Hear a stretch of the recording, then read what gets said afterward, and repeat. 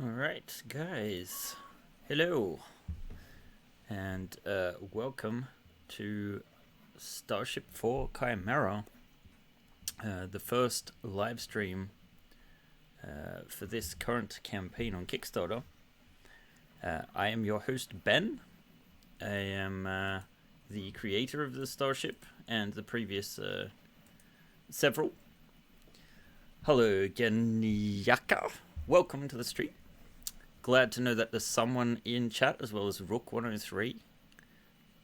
Keep giving a shout out, guys, as you turn up.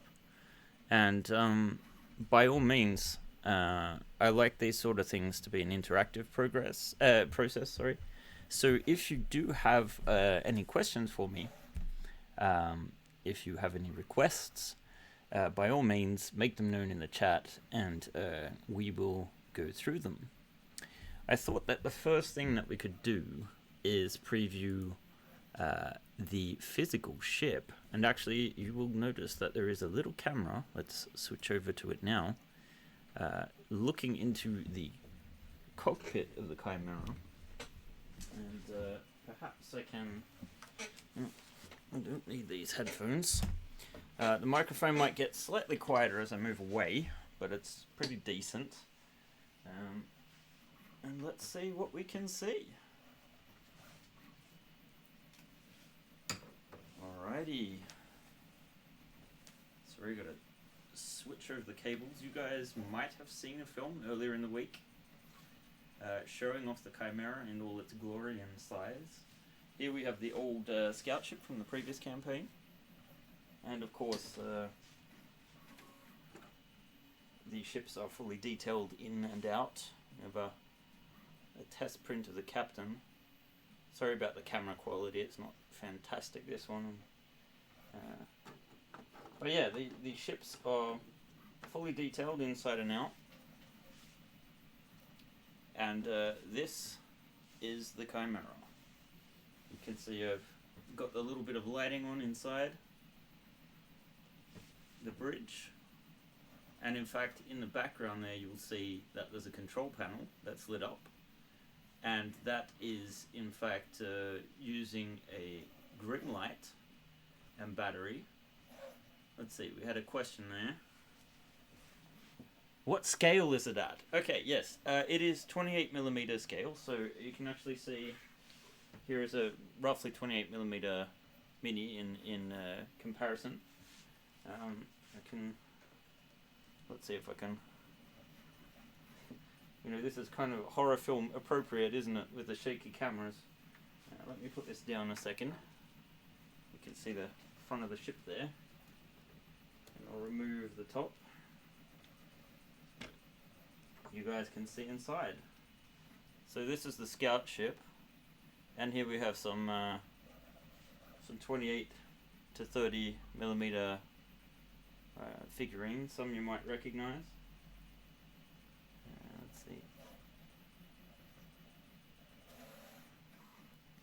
Doesn't want to focus, unfortunately. The engine room there. Or it's mostly my hands, which are not too steady. So yeah, it roughly is 28mm, but of course it's 3D printed. Which means that you yourself can rescale it if you want. If you need it to be 35mm, or you want to do a Space Hulk, which is even bigger, I believe. You could do that. Currently, the Chimera, I don't have too much length on this camera. You can see the other side of it here.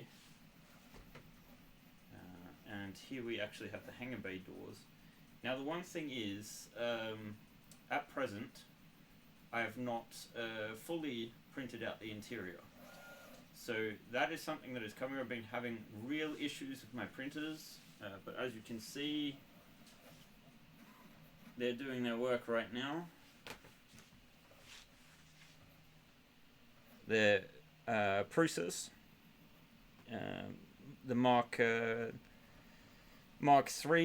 and Mark III's, finally got, thanks to my thanks to the people on Discord, managed to get some help technical help. It's a great way to do it. So let's see, maybe here we can, now mind you this is unpainted, but here we have, oh, should bring that back and put some more light on it maybe. Alright, so mind the blue tack, but there's your ramp. Now this here is 6 inches wide, roughly what, 12.5 centimeters, something like that. So you can fit, well, a large majority of different items in there. Here's an item by Dragon's Rest we had for the last campaign. We do have some discounts in the chat for that. And again, here's an approximately 28mm character in comparison. So sorry, it's a bit dark and a bit unpainted, and I can't quite get round to the back of the ship. So why don't we instead of this one start having? Oh, I'm good. That was the ghost of Eleanor speaking to me. Right now, I think. Let me just switch displays here. There we go. I'll put this somewhere.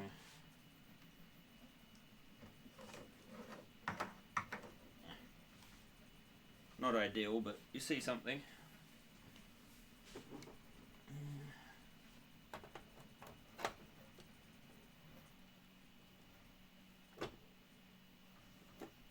Alright. There we go. So, let's see. Are there any more questions before we get started on the virtual tour version of it?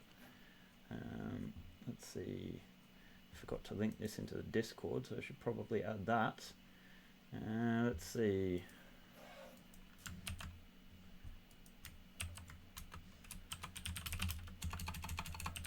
Live on Twitch now. Come join. And that's mine, and it'll go onto my mini factory as well. Let's see, in the tabletop.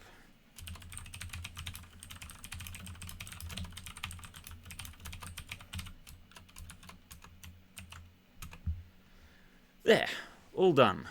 So let's see.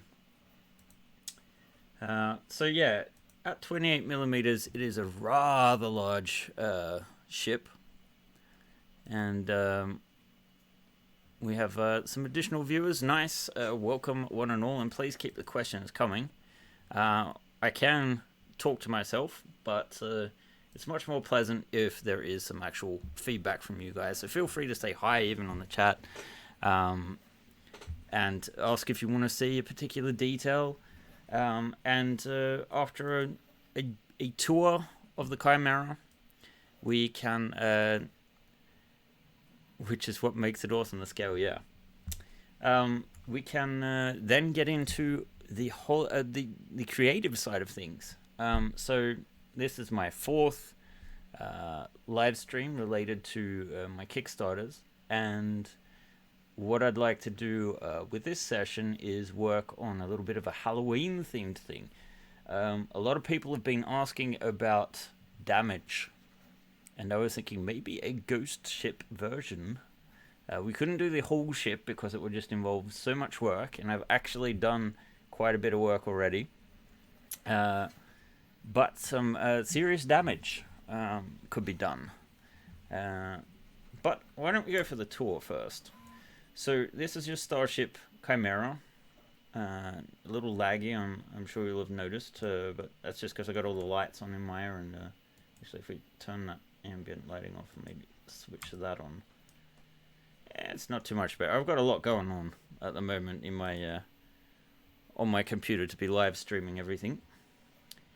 And hopefully there are the engines. There we go. So yeah, she's quite large, as you can see. The ramp that I showed off is actually fully articulated. And yes, it is large enough to require a tour. We'll just have a look at the outside of the ship. So I've done some math on it, and I think if it were scaled 1 for 1, because we're assuming here that 1 inch, which is At least I've grown up on Dungeons and Dragons and similar miniature games where basically you equate 5 feet or 1.5 meters to 1 inch for a 28mm miniature. Now, of course, those scales are completely off and vary wildly from miniature to miniature, so everything's approximate. But essentially, if you put this for a 1-for-1 scale, I think the ship would be somewhere in the vicinity of 50 odd meters, or about 150 feet. So something like a military patrol ship, maybe, something like that. Any plans on using the missile loaders and putting missile tubes on the side? Oh, wow. I am not at all surprised that you guys go straight to weapons. Funnily enough, I think we have... where are the tubes? I think I broke this one off, unfortunately. But yes, we have these missile tubes already that were a part of the last Kickstarter. So technically some of the models are there. We just need to put it sideways instead. I guess it'd be more like sort of torpedoes. But yes, that would be a possibility. And we could potentially do that. Let's see, it would be cool with skeletal crew, cracked helmets where you can see the skulls inside. That is very cool. And would be something that I wouldn't mind doing in the future. Although this time miniatures, I want to have miniatures as an add-on. But getting all of the miniatures rendered and prepared ahead of time is actually a resource-intensive thing. And unfortunately... and also costs up front. Unfortunately, I have had a rather long bout of illness leading into the campaign, so I've not quite been as prepared. You can probably still hear in my voice that I'm a little bit on the sick side. And I may cough a little bit. But yes, I do like the idea of the ghost ship abandoned and, yes, bodies... Or astronauts with cracked helmets and skulls in them. They're very cool vibe. But before we get to the spooky stuff, and before I ramble too much, perhaps we should, yes, take this tour. So here you can see the length of the ship. I might just turn off shadows and, let's see, maybe that will speed things up a bit, yes. And you can see a little bit more clearly. I showed you in the front of the ship before. So this is in the bridge, which is quite spacious. No captain's chair in this one. I figured this is... The concept I had for it is... I looked at the Gozanti cruiser as an inspiration, but the sort of space trucker vibe. So one of my backers suggested that maybe there was a little bit of... Or maybe it was someone on Facebook. Suggested that there was a bit of... like a Star Citizen sort of vibe to the design in a sense, in addition to the other sort of inspirations. Lieselot, who I work with, suggested that it looks kind of like a space whale. And I can kind of see where she's coming from, in a sense. But yeah, it's... The base version is designed to be somewhat more generic, somewhat more of a, staple of the fleet, sort of like transport, hauler, the sort of thing which is the base civilian version. And then the idea being that with stretch goals, that's where you come back and add the turrets, you extend the hull, militarize it, and turn it into a sort of... more armed version or pimped out version. Now this ship might be slightly too large for a player group, but what I figure is you could easily use it as like if you're going to have a sort of run-of-the-mill ship that's very common, very easily modified, you could use it in your game time after time by just adding a few different modifications or vary the layouts, because it is designed to be very modular. So let's start on the base decks here. I'm going to have to turn off a few layers. Let's see, maybe the lighting works a little bit better now. So let's put the shadows back on. it's semi-acceptable. It is a little bit dark. Okay, alright. I'll turn it off. Unfortunately, we don't get so much contrast. But here at the front end, we have a sort of our landing gear room for the engineers to get some access. There's a fair bit of detail. Here built into the walls, there are these tanks. We'll get back to them later with the damage. Your first thought when you saw it was the old Rebel transport. Yeah, from Empire, I'm guessing. An interesting ship, that one. I think it's 100 meters in length, but it always felt a little bit like the actual ship part of it would be so cramped. Like, what are they fitting in there? Anyway, so we have like some fuel storage or oxygen storage, whatever you want to call it. A few details. I think the detailing is important to get in there, and this is the sort of detail level that I'd like to have on all the parts in the end. Like, I've tried to add them and prepare as much as possible. Yeah, the GR75.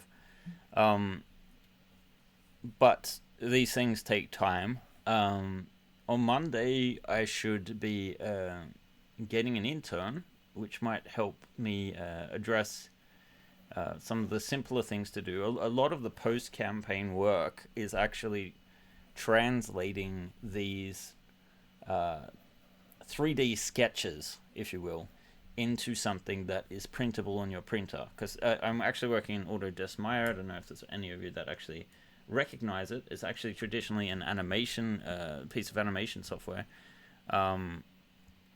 Reminiscent aesthetic I want to use for this huge Legion game where there are objectives. I'm guessing there's more to that comment. I suspect we'll see it soon enough. Gangika. And yes, the inside. So we have the sort of forward section where I assume there's some avionics, and I put some computer servers in a separate room.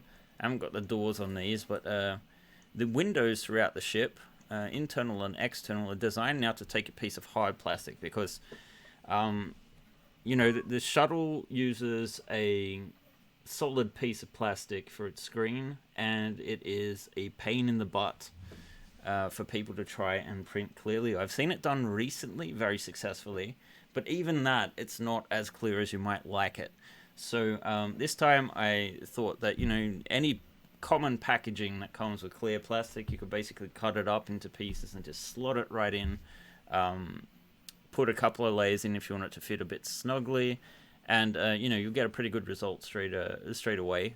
Now, I haven't added them to the actual model I have behind me, mostly because we were a little bit stressed for time. But yeah, so we've got this section. You've got a ladder well that ascends. Oh, that's clipping a little. I need to switch out the piece that's there. In fact, oh, this is an older version that I'm working off. So the floor in there has been changed completely to use a sort of engineering style, since it's you know, maintenance. The doors vary a little bit between centered and offset. That's one of the main issues with getting them open and closed, and you might have noticed there's a slot in the top, and that's because we need it for the door during play. So there's bulkheads that separate the ship, and we've got our cargo bay.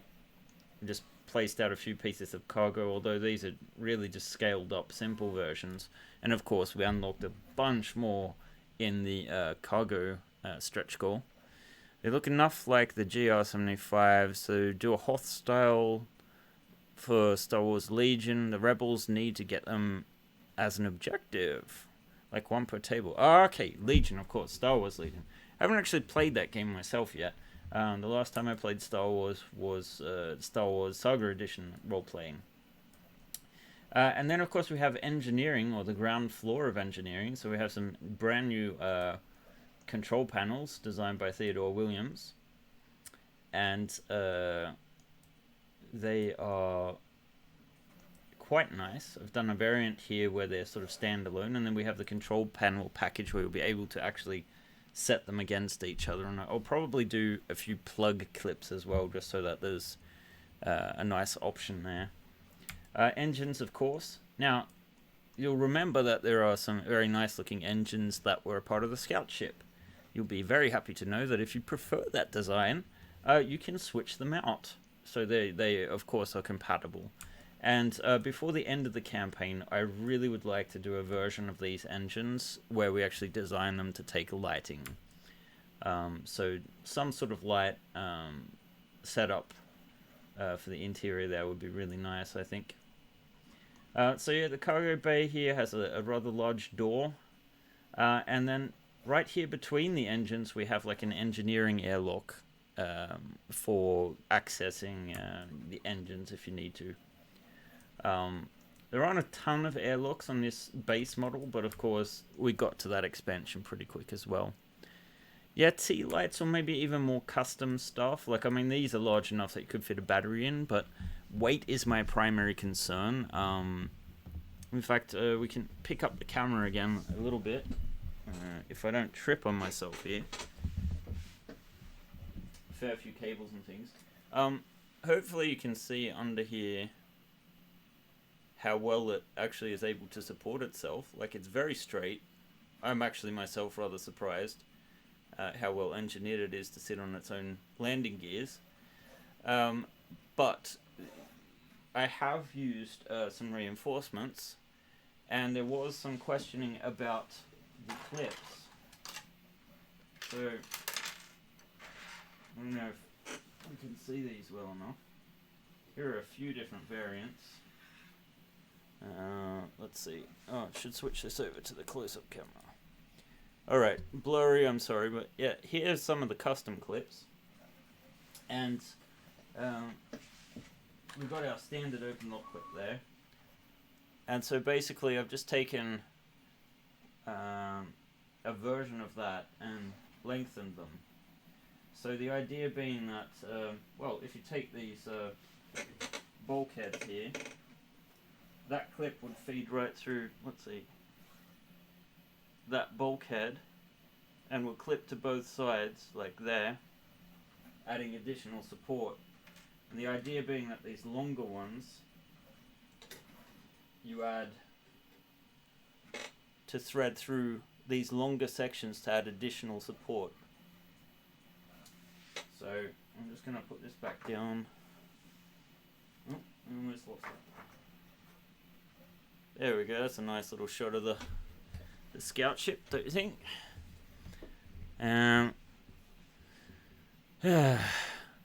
Hey Mike and John. Let's see. So, back to the tour. So let's go up a level to the second deck. We've got the bulkheads in place here, and let's stick the hull in as well. So here we've got the upper deck for engineering, so you've got access to your actual engines. This part here is actually a part I haven't fully implemented yet, but it is a sort of a version of the battery system that's in the modules. So we're calling this an Orca yet? Not yet, but for sure. They are, Lisa Lot was calling it the space whales, so I don't know, maybe it's not that far off. I think it looks more like a sperm whale, to be honest. Alright, I'm sorry you didn't hear. The longer clips are for the model's structural integrity. Yes, so, I might have some prototypes here. Okay, so, these are a bit dark, unfortunately, because the Prusament plastic is quite dark. I don't know if we can see, but I've actually made it so that instead of... Oh, let's put my face there so you can see right the way through. I hate doing this mirror shit. That's why this stream is themed adult, so I can swear. I thought I'd be swearing at my printers a lot more, but they're actually working quite well now. So yeah, basically instead of having the clips closing off, they are designed to feed these extended clips through. So essentially, through a combination of them, you can create the structural integrity you need to support the... I'm just guessing, because I don't have an actual figure, because I have a huge big sack of failed prints. But I'm guessing that the hull is probably in the vicinity of, I want to say 4 kilos plus, fully built. So I should get honest with you guys and say that if you're going to build the full-size Chimera, yeah, it's not just the cost of the design. It is going to take some filament to actually build it. Now, of course, you can optimize things more than what I've done. I think I've just for the sake of things, I've used a lot of interior. Let's see, what's the terminology? I'm so tired because I've been working non-stop now. So the top solid layers, the bottom solid layers, and the outline perimeter shells have been quite large. So wait, yeah, four spools in general. If you have kilo spools, which is probably the most common version. Probably worth mentioning also, build plate wise. I know there will be some of you that have a smaller build plate. Personally, I do have some smaller ones, and most parts will actually fit. I mean,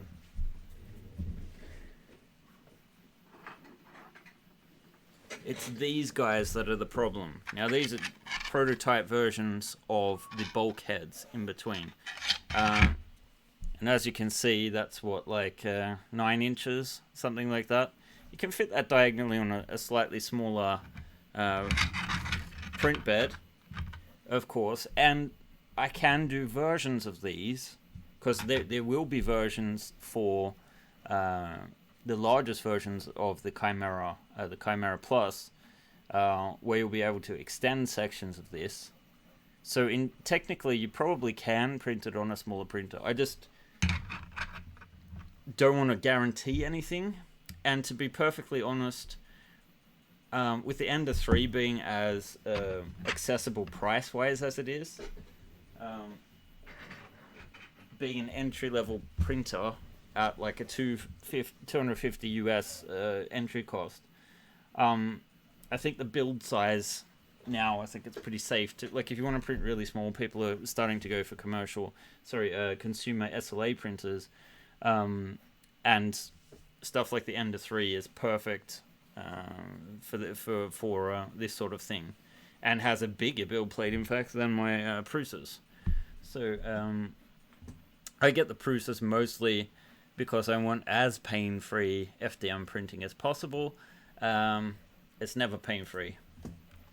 So if there's anyone that hasn't got a printer yet but is thinking about it, please be prepared that it is a hobby you're getting yourself into, and it will require at least some surface interest in getting these machines working and going. It's actually quite satisfying when it does work. So yeah, we have the second deck here, which is mostly a second story for the cargo hold. One of the add-ons will be a gantry that should fit in this cargo bay. It might even have a scaled version for larger things. I know there are quite a few Mech Warrior fans and people that like that sort of thing in, at least in the Discord channel. So I'm trying to be mindful of things that you guys like, and of course put on the surveys I've sent out. We have the classic airlock here, only slightly updated to fit into here. I just added a tiny little bit of detail and revision. I'd like to revisit some of the earlier Kickstarter files and just update them to the detail level that we you guys have come to appreciate the last 2 Kickstarters at least. Well, even the second one is more detailed than the first. Only had about 3 failed prints in 4 months, but one huge pile of spaghetti one night. Yeah, I am very familiar with the spaghetti monster. Let's see. Is there a lift to the loading level to get the second story of storage? Well, there isn't actually a second story of storage at the moment. It's a larger cargo bay. Essentially, if you wanted to build something like that, we do have a small cargo lift, and One of the things you guys asked for in the last survey was additional ways to get up and down levels. So that is probably going to be something that we see before the end of this campaign. An add-on to add lifts. There isn't a natural place in the ship design layout that I built as of yet for that. So it's customizable for sure. There are solutions. Now, forward we have a sort of tactical area.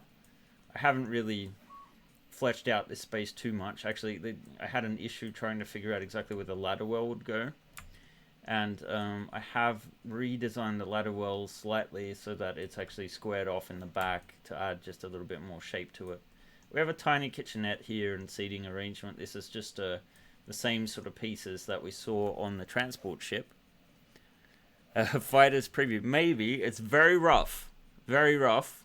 But it is in the same scene as the ghost ship. So we can have a look at that after the tour is done. Let's see. And then, of course, we have the bridge, which we've already looked at. And actually, it's painted up quite nicely. I really like the glowing control panel. It needs maybe a backside to it. Compared to, I had a little bit of light leakage. Square to back to ladder is perfect, yes. I can show that in the other scene, I think, how it's turned out. But in the meantime, why don't we add deck 3 to the mix. Here I've just got some ventilation up the front. Mostly because of the sloping in the ship, we're quite limited to what we can actually put in here. There is a little bit of detail on the interior side of the hull, but in practice you're not going to see it so much. There's no captain's chair of yet. But yes, you could put one in there, and I would consider doing I'd like to do, when we extend the upper bridge, I'd actually like it if you could almost combine the bridge level, so you have like this extra level for the captain to sit up. It would feel very anime style. Oh, I see what you mean. You have a way to slide in plastic sheets for window screens. Exactly. So I can show it off an actual model. Why don't I do that? Let's see. Eleanor? I'll see if I can get some help holding the camera.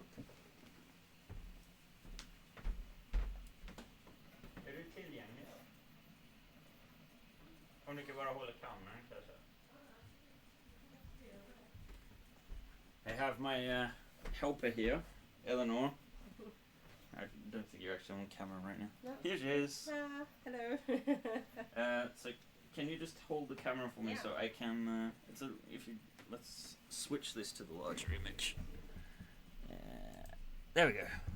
All right. So here's the ship, and if I just kind of gently take off our lighting solution here.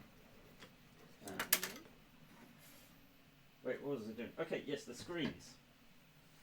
So yes, you can see the lines here of where you would put the plastic. I hope you can see let's see if we can put some more light in here. That's better, right? So yeah, there's the lines under there. And this just actually lifts right off. So you can, oh, sorry, let's see. I need to be over here to show it. So it has a line on the other side. So you should just be able to place the plastic pieces in and slot it right back on top. Nice and easy. Same with the doors, same style as before. This is just a mock-up right now because we don't have all of the details. Maybe Eleanor, you can get into this screen a little bit closer and just tip it down a little so we can see that nice glow. So yeah, a little bit of light leakage I have to take care of. But you see the basic scale there. And you can see on the interior that there's just a slight bit of detail, although you won't quite see it. And in fact, I don't know if I want to risk taking this off. But you can see how far I've gotten so far. It's not quite all the way. If you want to just peek down there so they can see the support. I'm in your way, yeah. And the cargo bay. And then engineering we have, let's see, I can take this off. have the first floor installed at least. So parts of it are ready for painting. There's a lot more on the actual print bed right now. I'm going to just go around and put these down before I trip and scold myself.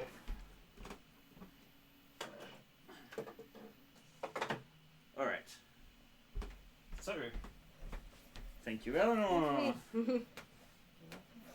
Tack. Alright, let's see. Let's put this back down. And,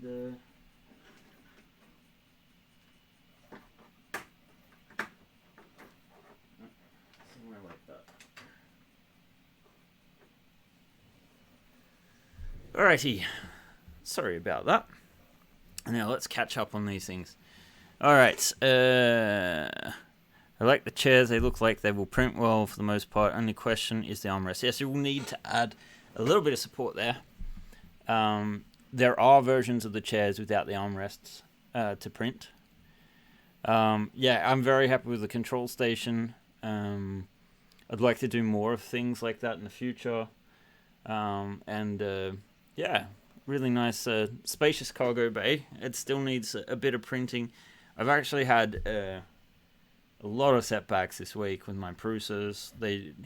In Sweden here we've experienced a shift in temperatures, and things have gone from 15 odd degrees Celsius to like about 1.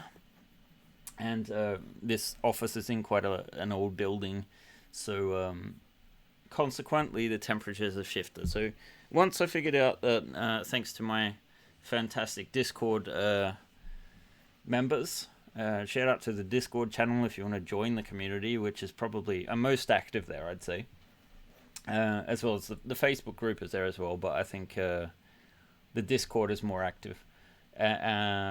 At the bottom of the campaign page, there are social links there, and we're looking to expand to Instagram this week, since it's kind of dumb that we have such a visual product and no Instagram. I appreciate being able to look at an actual model. Renders always look nice, but seeing a physical print is really convincing to the size and detail involved. Yeah, most of the parts are printed at 150 microns. Which I think is a good compromise between detail. Many of the floor tiles you can do in 200 and get good results anyway, just with a few tweaks so that you get the nice patterns on the top.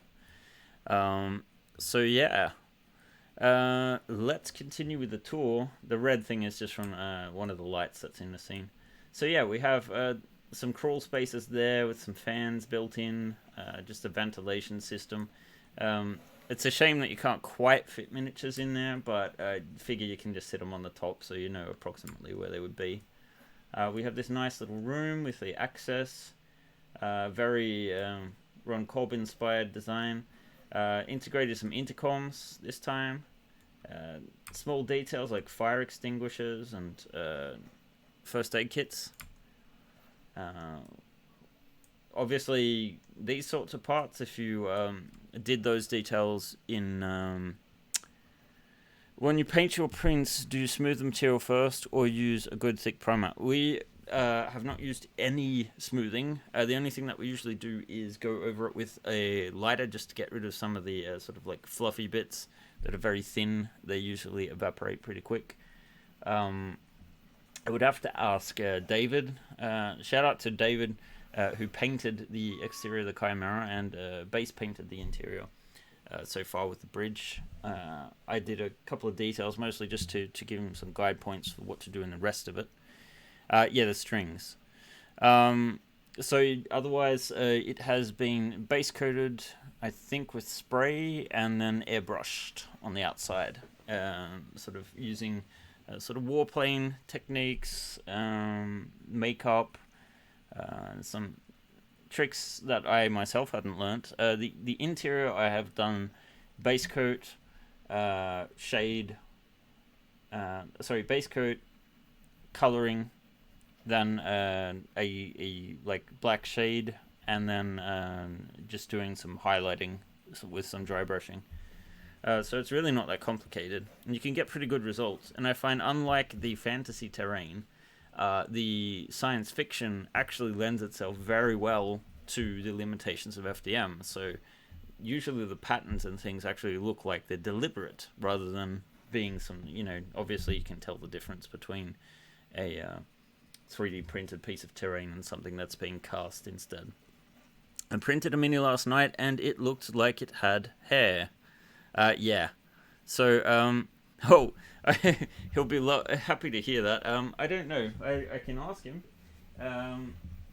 Or at least maybe we can get some footage of him when he is doing the interior. Let's see. Trying to figure out where my lighter is. It's here somewhere. Here. So, I basically just have one of these sort of like lighters that you would light a fire with, and you just like get the stringing and just do like hold the part and then just do a very quick. You don't want to do it any longer than just a fraction of a second to get rid of the strings. Otherwise, you're going to melt parts of the part, but we'll get rid of the sort of like hair-like fine details on the furry miniatures there. So, yeah, I have to admit that there's a strong design language there from obviously from Alien, and I've used Ron Cobb's semiotic standard in many places. I don't know how naughty that is, but I think it's something that should be carried over to other things. Here we have the sort of bare bones living quarters. Don't worry, guys. We're going to expand that. I know you want to see bunks, military-style bunking, staterooms, and they're all in the works. It's just these, unfortunately, are details that take a little bit more time. And unfortunately, Theodore, who has worked for me in the past in the last campaign, is currently in production on the Ape Star, a Swedish production by Lee Film that is being made in-house here in this building. So he's not accessible for this campaign, although he may do one or two items in his spare time if we get lucky. And so then we move on to the upper area of the engineering, where we've just got some more crawl spaces. But really, you could do something with this level. You could extend this all the way back over the engines if you wanted to. I just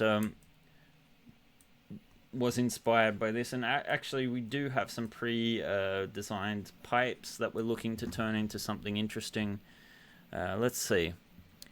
I got a variable temperature heat gun from Amazon pretty cheaply. Okay, yeah, that probably will work quite nicely and with a little bit more control than this. I at the moment have just been in this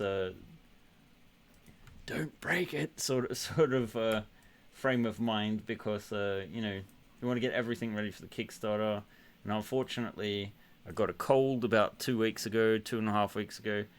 That I got rid of well, not fully rid of, a couple of days, but as soon as I started feeling better, like influenza, boom, rough stuff. So yeah, we are a little bit behind. Let's see. Have you had the opportunity to print the escape pods? No, they're only in concept at the moment, and it's probably important to point out that most of the stretch goals are only concepts. Essentially, yes, it's in 3D, and we can move over and look at it in a second, actually, now that we've done the tour, because we will have a copy of the Chimera. So why don't we do that? Let's see, in OBS, I just need to switch my window capture over to the other Maya, which is here. And there we go. Now, this is a mess, because this is my working, my work file. And you can see there's quite a lot of different parts. Let me just hide that. Let's see. Have you snapped so many minis at the ankles, removing supports? Yeah, supports makes you want to look into solubles. I do have a dual extruder flash forge printer, but if I'm going to be perfectly honest, I hate the thing. Mostly because it has a smaller build plate. That's not really the issue. The build plate is static. Yeah, you do see a bit of damaged hull. The build plate is static, and it's an older model. It checks out. But it does not give anywhere near the results of the Prusa. And I can't, now that I've had the magnetic springboard, I just can't go back to the old way of doing things. So yeah, a lot of different parts. We had the interior parts here, for example. And over here we have our escape pod. So we can take a look at that. So this is only a very rough visualization. And I think the most complete version is maybe this one. I started doing some designs to look at like the kind of covers that you might have. I want them to sort of snap closed. But this is all stuff that will happen post campaign. Yeah, you mate. It's nice to have you for the short time that we've had you. I hope you make it to your class in time. I've been there myself. Of course, we'll save the recording, so you'll be able to look back at this later.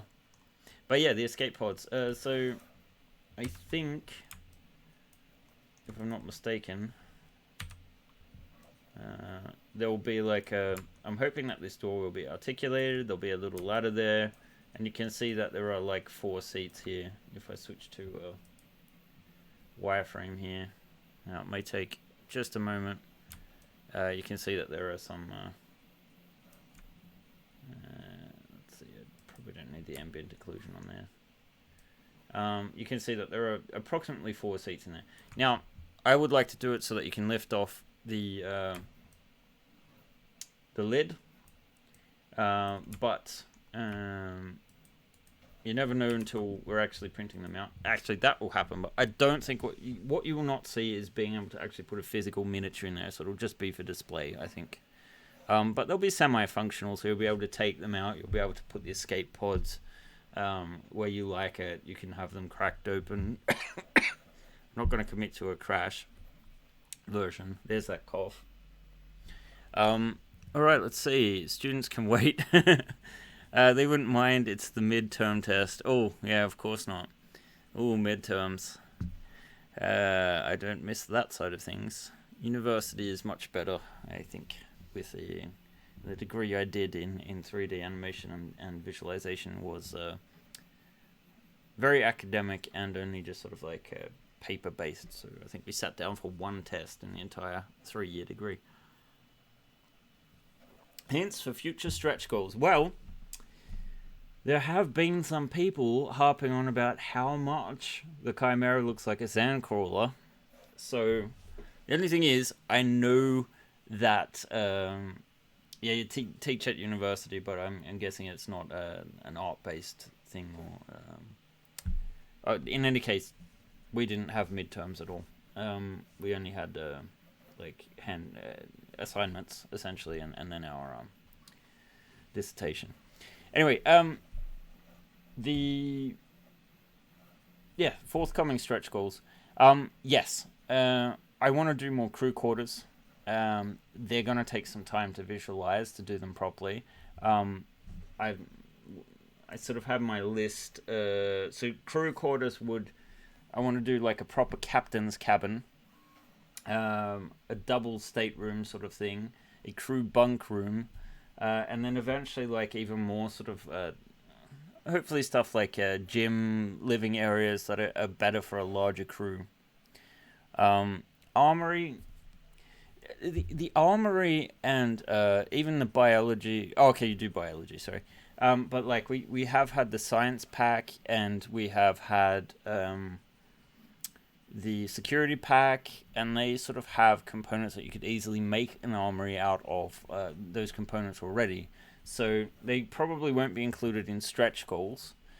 Holodeck has been discussed, but let's be fair that a holodeck is a kind of boring just pattern room, which is essentially just a grid. So I don't know, kind of.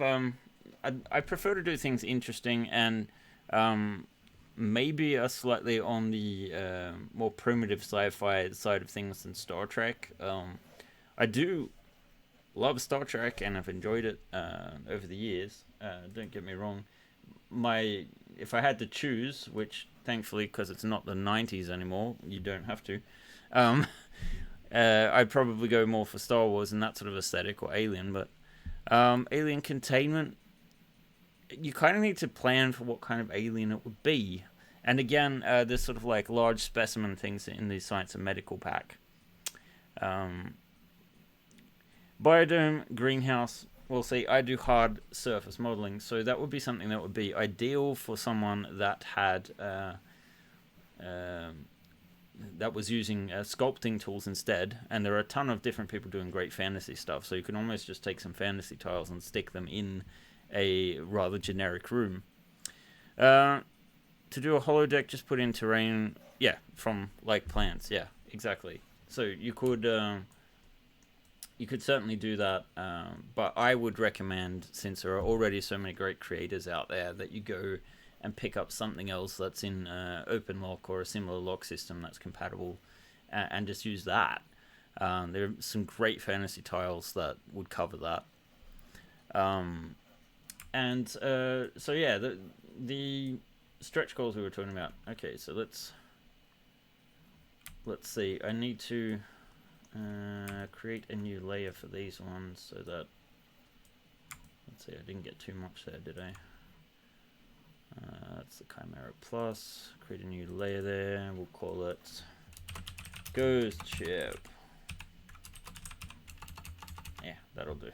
And then we'll make it spooky green. So that we can easily shut off those extra layers. And actually we'll add that one to it because it belongs to it. And we'll revisit that. You can see here some engine experimentation that I've been doing with the placement. Here's the actual part in the base model. Fat Dragon are great. Printable Scenery, they got me started. They created OpenLock, so shout out to them.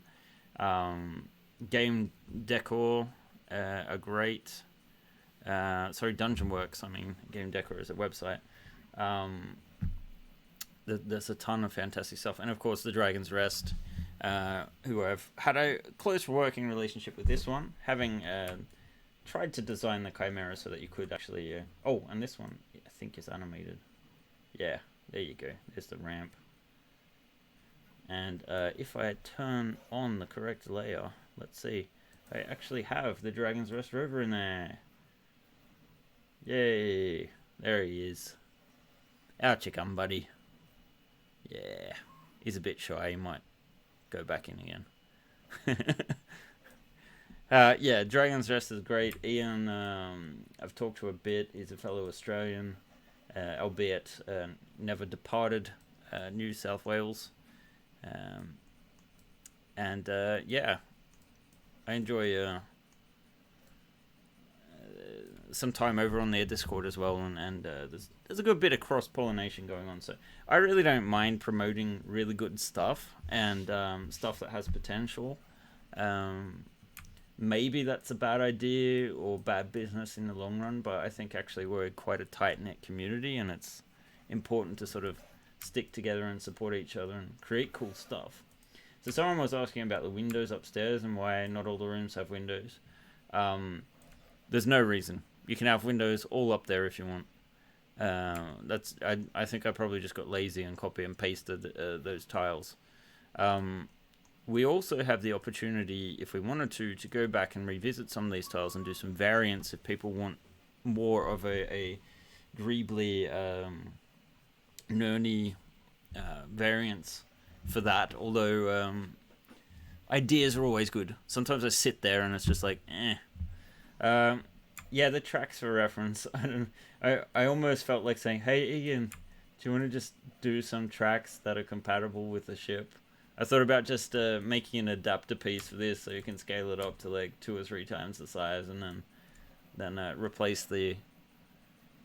Basically just have the connector come out of here. That could work. Let's see. I can turn off the channel box for now. What was I gonna do? Oh yeah, I show off a few different stretch goals. So let's see. We have the Chimera Plus.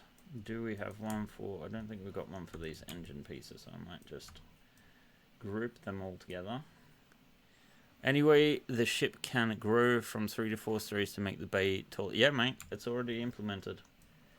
I don't have a design on hand where it's already prepared, but I will shortly show you some of the expandability. I'm just got to make a special layer for this one. I think this is our, let's see, which number was that?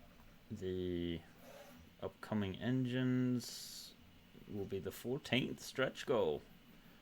Actually, how is the campaign doing? Haven't looked. We actually had a little bit of growth today. It looks like it's around the same level as before. So we're sitting pretty on 273,000 crowns, which is a good result. It's ahead of the last campaign, and yeah, I think we can be pretty pleased with that result. You never know how it's going to end, but it certainly keeps me going.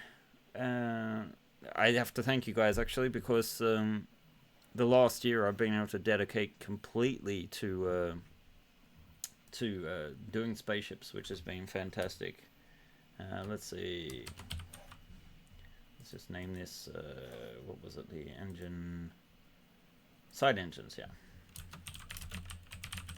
So what you see sometimes in the a shuttle hangar, yes, but no. Yes, in the sense of that would be cool to do, but Shuttle Alpha is way too big. A smaller shuttle, sure. Although you can build a shuttle hangar if you want to build something bigger than the base Chimera, but you saw how big it was. So let's see, that was side engines, and then SG 14. Save, and then we can hopefully hide those, and we will hide the little rover because he takes up a little bit too much memory at the moment. So okay, here is the base ship, more or less. You can see a few parts there of the maneuverability pack. I don't think I've added them either to the let's see, that was the last one, right? This is always a great one to spell. Man,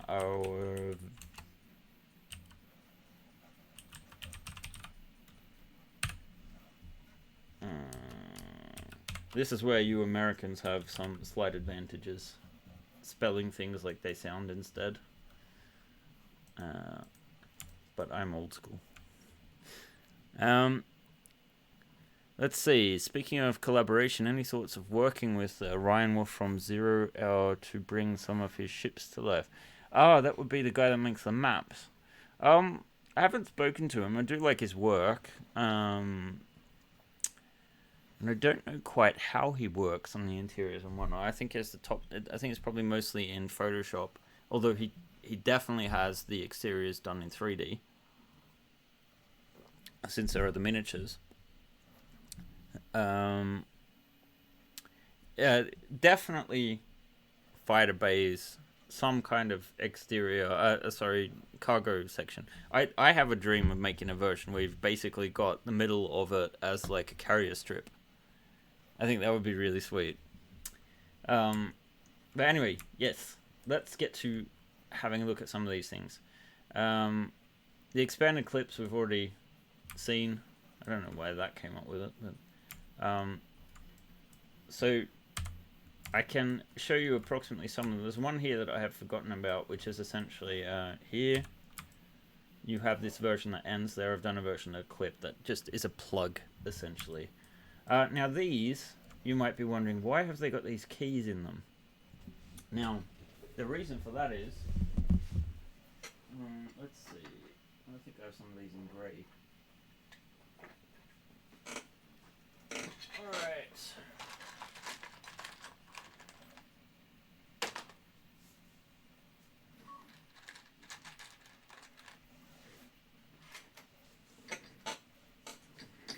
Just grabbing some clips here. So these are some of the prototype pieces that are part of the top and bottom of the Chimera. Not much of a hole in some of these. So we'll just pre-assemble them.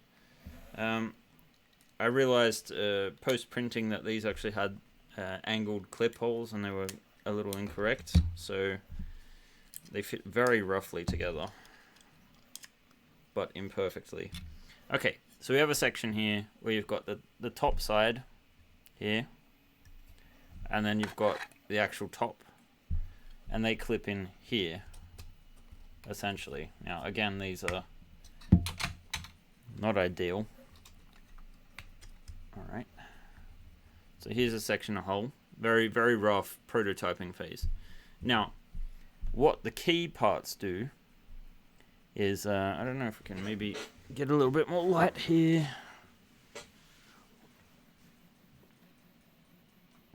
Don't want to get the printer. Alright, that's probably slightly better, I'm guessing.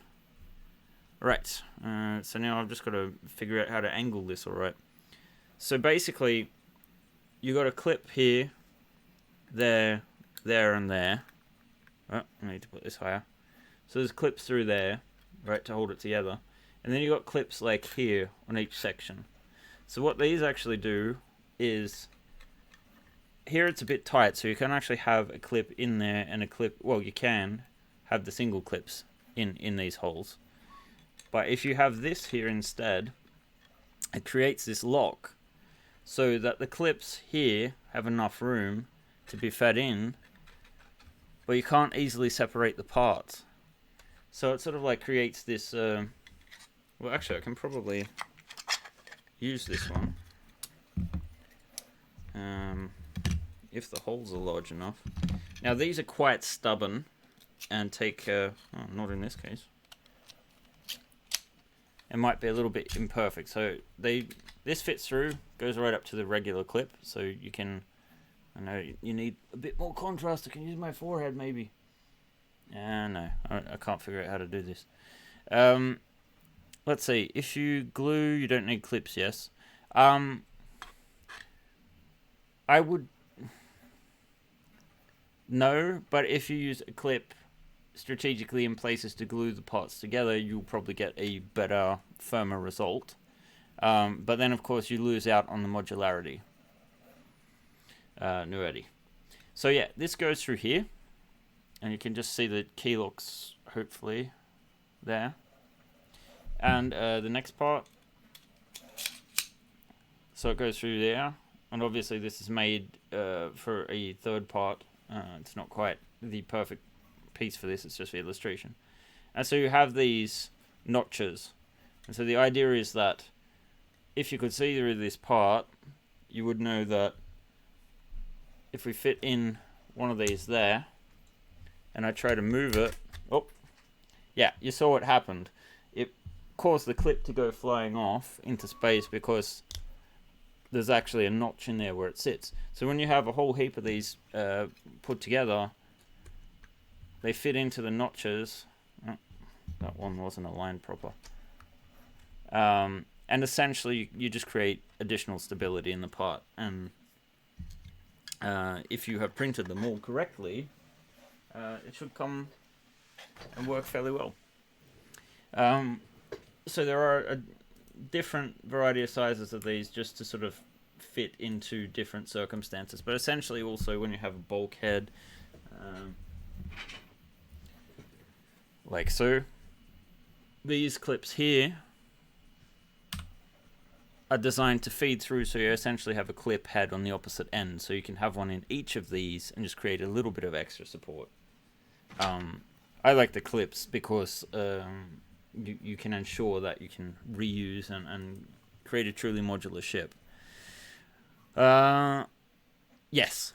So the longer ones, essentially, when you got like 4 kilos plus of plastic, it really helps to have these supports in place, because yes, it does snap together, but as soon as you want to lift it, it's going to sort of like cave under its own weight, so it will support itself like that. How long is the bulkhead wall? The bulkhead wall here is about 9 inches, roughly, maybe 8.5. That's why you need a slightly larger print bed, although you can print it out on an angle, of course.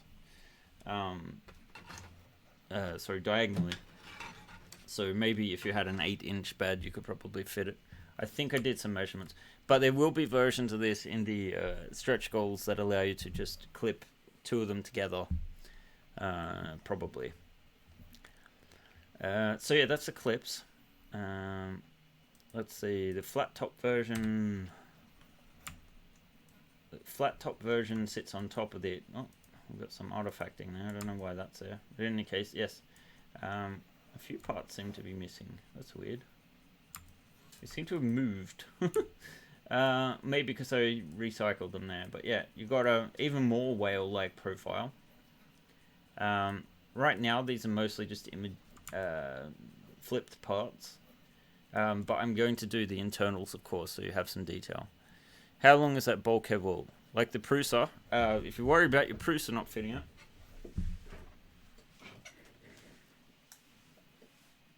Let's see. I got you covered, buddy.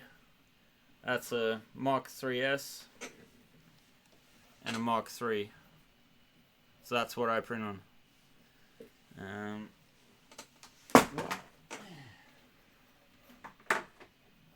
we go. Let's see. Does that look alright? Ish. Look at my Macross posters in the background. Let's see. Yes, I am using the Prusa indeed. The Ender 3 Pro will definitely fit it. It's got a larger print bed. Right. It's just past 11 p.m. here, so no wonder I am a little bit drained after a day of work as well. Let's see. So, yeah, I like the way that this changes the profile of the ship. It can quickly make a more interesting variant rather quickly, so you'd only have to replace like 33% of the parts, just the top essentially, not even that, and then all of a sudden you have quite a different profile. So next we have the machinery pack. Let's see if we've got the, oh, maybe not there, I think it's here somewhere.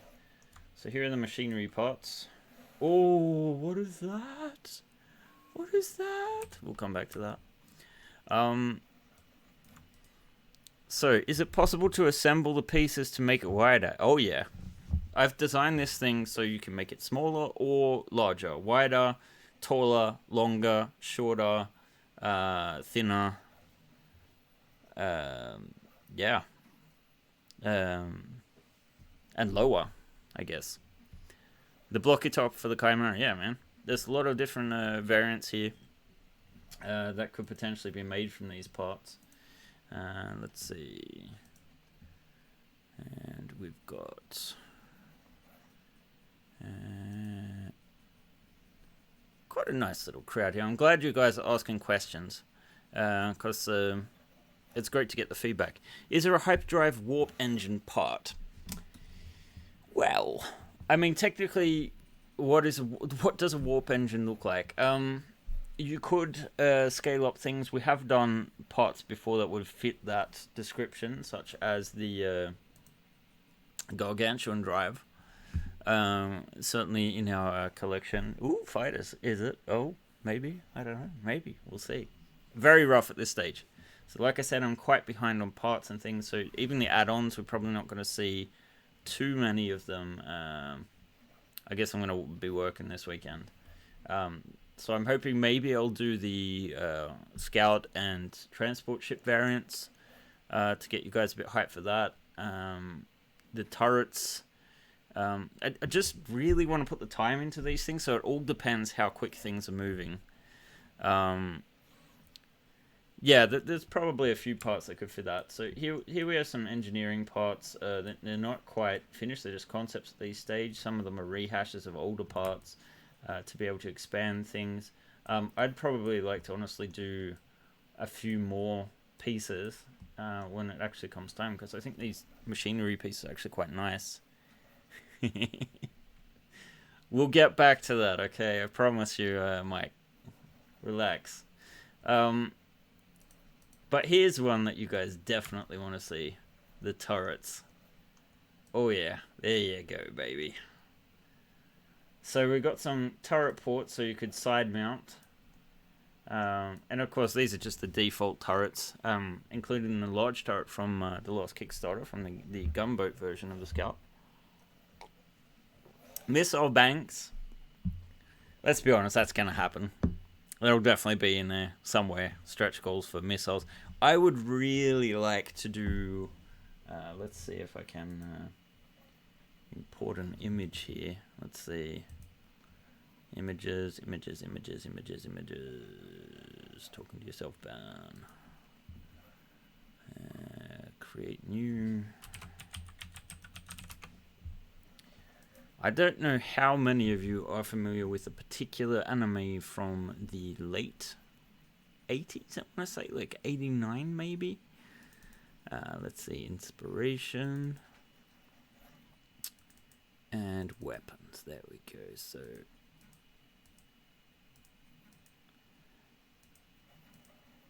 I'm a very big fan of Gunbuster.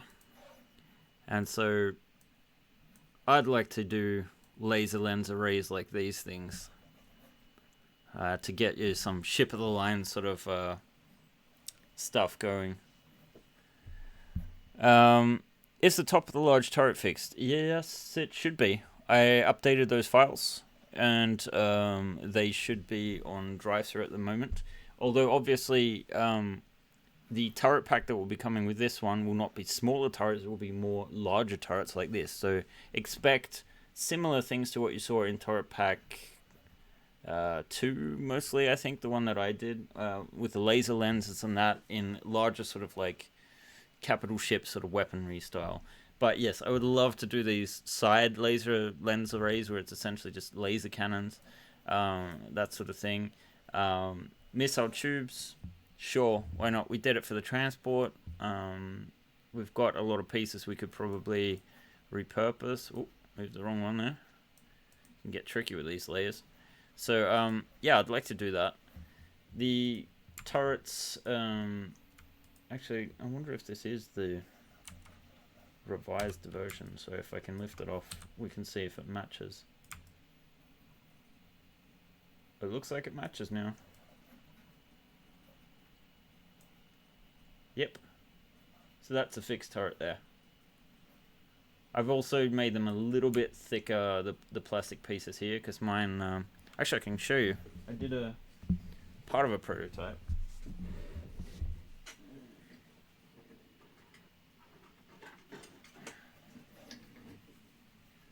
Can give you the finger. So it is quite large, but yeah, it will fit now. Actually, what I'd really like to do one day is make them big enough that you can actually have the interior of the turrets, but I think that might be Starship 5, I'm going to say, or 6, probably, because Starship 5, I don't know if you guys know that there are plans for it already. This campaign was intending to do 2 ships, but the Chimera got out of hand. So the second ship was going to be a vertical ship, like the Rocinante, something that uses G-forces for gravity. Auto cannon, that looks like a capital ship turret. Yeah, that's the idea, mate. I'm a huge big fan of Yamato. Obviously this is not actually to the scale of that sort of thing, if this is 50 meters long, so this would only be about 5 or 6. But yeah, we'll get to it, and you can sort of see the turret housings here, and there'll be a little bit of more detail here, I hope, on the insides. I'd like to revisit these the turret rings too, just make them a little bit snugger, a little bit less wobbly. Let's see. It looks like a capital ship turret. I hope it's hollow in that big piece. It's not quite as tall as you think it is. That's the main issue. There'd be room for someone to sit down, but problem is, as soon as you open up that can of worms, you've also got to illustrate the inside, and I have this mechanical brain where I want to put in the detail, and I just don't want to get to a point where I'm I'd ideally like to be getting some help in the future so that I'm not doing everything by myself, model-wise. And I just haven't been able to find quite the right fit just yet. I interviewed a few people, but then also had a few personal things happen that have made me decide to wait and hold off a little bit with that for the time being. But yeah, so the turrets, expect more like that, and I think I'd like to also do a version that fits into the sort of like angled version, and the underside turret fits into a nice port there, although in reality you're probably going to have the barrels hanging down and that, so you might have to add a bit of blue tack or something. Alright, any other questions for now? Let's see, one there. Some feedback on the turrets. You have smaller turret as a side mount. Will you make a variant with a side-oriented canopy? That's something that would be cool. It all depends how gravity is done on your ship, doesn't it, really? But yeah, I can imagine doing something. It's just sort of like, how does... I guess you could do something that's like the sort of side turrets on like a flying fortress or something like that. Be interesting to do. Let's see. I wonder if you can design the turret rings with recesses for ball bearings to prevent the wear of the plastic. Wow, that's sophisticated. I am not an engineer or mechanically inclined, really. I like mechanical designs in the Japanese sense of the word, like mecha and whatnot. And I try to make things as practical as possible, but I still have a lot to learn on that front. Actually, maybe I should partner up with an actual engineer. I know if you happen to live in the same area that Saab and Volvo Aero are, so or were rather. So there's a lot of that skill set in place. Let's see. Angled underside version. I think we need to kill off a layer here, if I'm not mistaken. Is it deck 1? No, deck 1 hull. I think I hid all of that. Yeah. So there's a few different parts in there that need to get hidden again, but you can basically see the outline of the ship, which completely changes it, actually, I feel. There's one part of me that hates the wasted space under there, but I think you could also do a reverse bridge sort of situation where you extend this part out and keep a kind of nice profile there. Maybe have like a door ramp there. Let's see.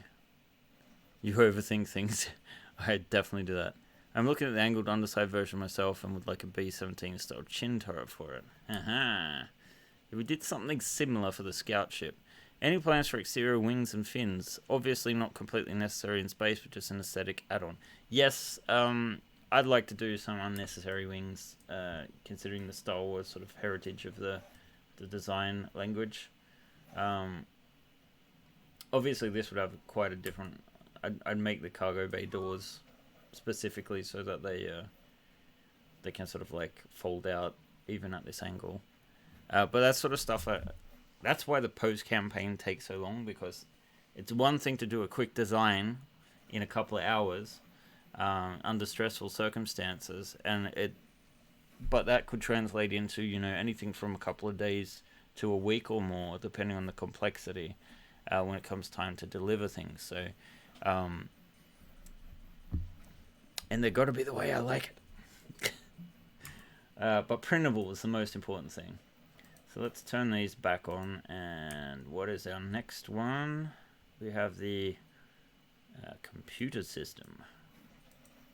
Alright, so the computers... Oh, heading back in this direction. Oh no, what's happened? They're merged with these other things. Oh no.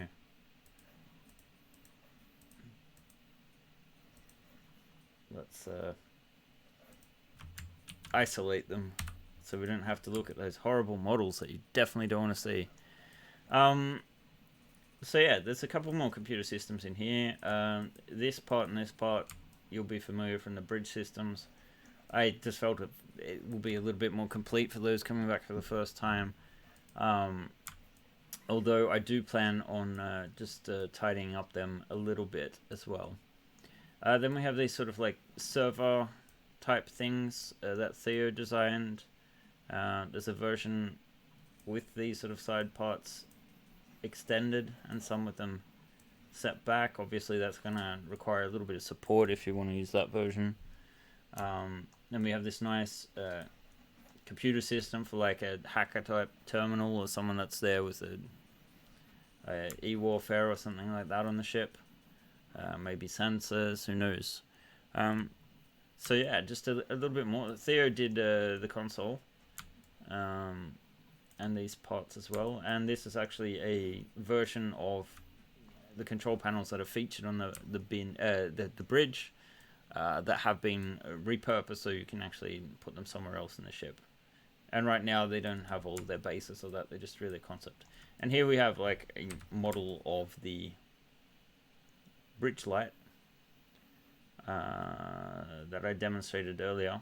So you basically just slot a piece of plastic in there that you might have painted like I did, and then stick the grim light in behind it. There's a little hole in the top so you can put your super magnet in. I mean, grim lights are the only ones that will fit into a piece standalone that you could technically just block off with a piece of tape or something like that. I could do a control panel, but it is kind of flimsy, like a panel to cover it. And getting the piece of plastic in can be quite difficult, so I'm still sort of prototyping that at the moment, but I do like the effect, I have to admit. It's rather cool. So that's your computers, and then we've got your airlocks. Let's see, select objects. Let's focus on these. Alright. So we've got some pretty standard large airlocks for the top and the bottom. You probably can hardly see the difference in these. It's really just a case of where the door sits. So this one has a rim around the edge, so it's part of the bottom, so the door can sit in there. I might like to do an extended version so you can get that sort of Sulaco feel, not similar to your ship plastic windows. Thing is, the control panels, you might see the top of them because of the way the bridge is laid out. So you could come in from the side. It does have rails on the inside, so it does support it a little. Fuck, I just spilled stuff.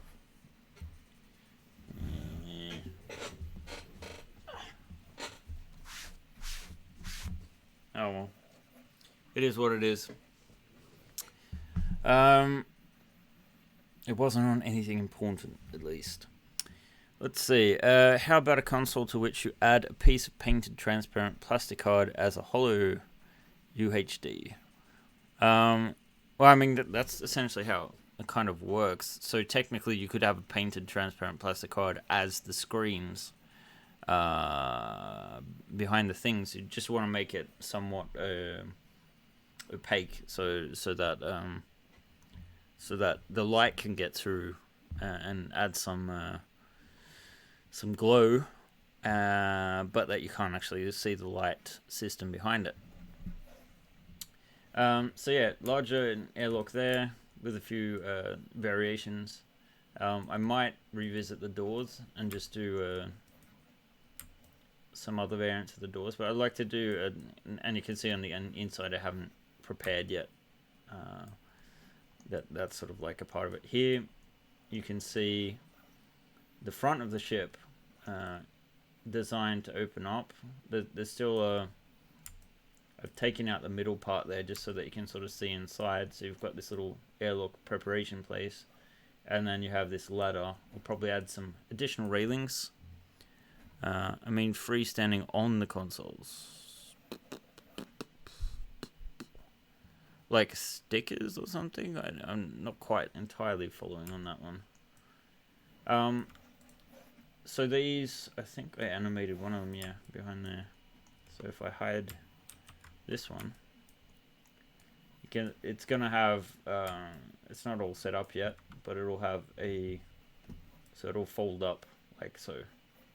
So you've basically got this front door section, so when you land on a planet, the crew can get out without going through the huge, big, depressurizing the cargo hold.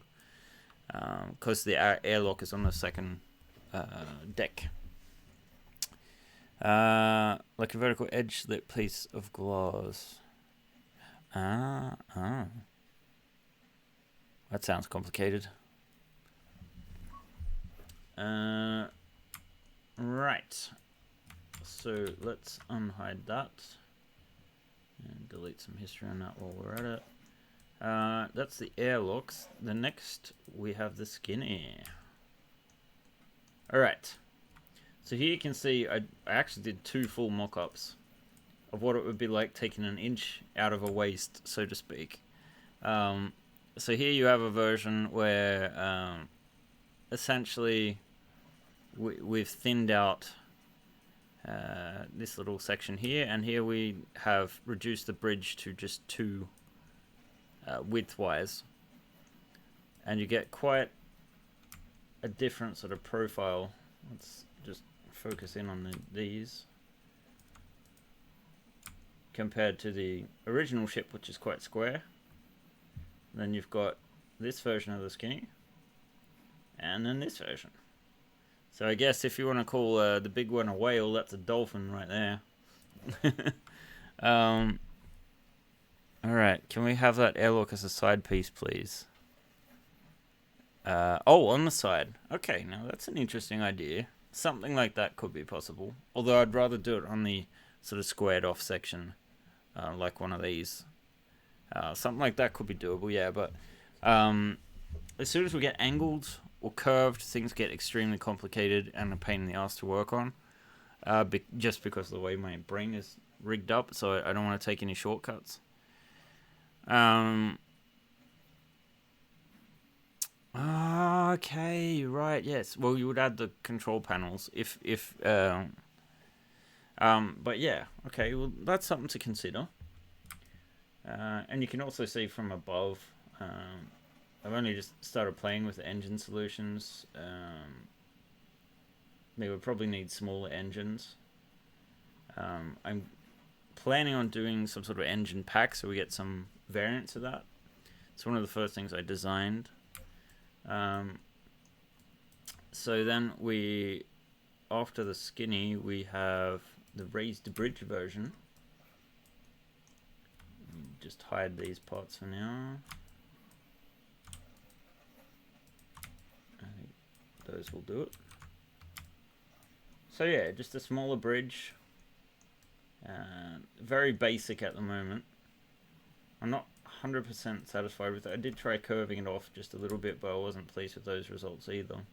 What I might consider doing is actually setting these windows back like an inch or 2, so that you get just a little bit more shape on the front, maybe a little bit of curvature. The rear spikes. Well, you know what? The rear spikes are quite easily managed. We just do a simple part where we chop the end off there, and you've got a nice rounded sort of Battlestar style finish. Done and done. That can be done very easily. Put a dolphin on each side of the whale. They're not as easy to move in this environment, so I might think somehow that looks even more like a space whale, to be honest. I do like the look of this thing. There's something missing. So don't be surprised if I move it back a bit, although I know if I do that, one of you guys is gonna say, I like the original version. I'll end up doing 2. I have the opposite opinion because to my eyes the spikes gave a unique design element to the box. I am quite happy to do both versions. Like I said, the boxed version there, taking it off. I mean, here too you could design some parts to extend this all the way there as well, because they don't actually cover the engines. But I'd like to do a few variants of the engines in the future. So yeah, this is the raised bridge version. And now we have the Chimera Plus. Oh, right, I should undo that so I get the floor back. There. There we go. No? That was the plus. We want to see the plus. The skinny, we don't want to see just yet. Well, actually, we can pair them maybe. Oh, yeah, there we go. See all of them. And we want to just close off the race bridge. Yeah. There you go. The race bridge could possibly have 2 levels, yes. I do like the idea of revisiting the bridge yet again. I like the idea of asymmetry of a carrier-style bridge section, or like the Caterpillar, if anyone follows Star Citizen. The radar dish is something that should be done. We'll see what happens with the fighter solution. I would like to do something, but my I said the Gozanti was my inspiration for it, but I would say the original Gozanti from the prequel trilogy rather than the Imperial version in Rebels, although I love both versions, to be honest. Let's see. Hi, is it possible to add a design for rotating engine thrusters for... Yes, the VTOL. Look, so many people are asking, can you please make Serenity, or can you please make the Prometheus?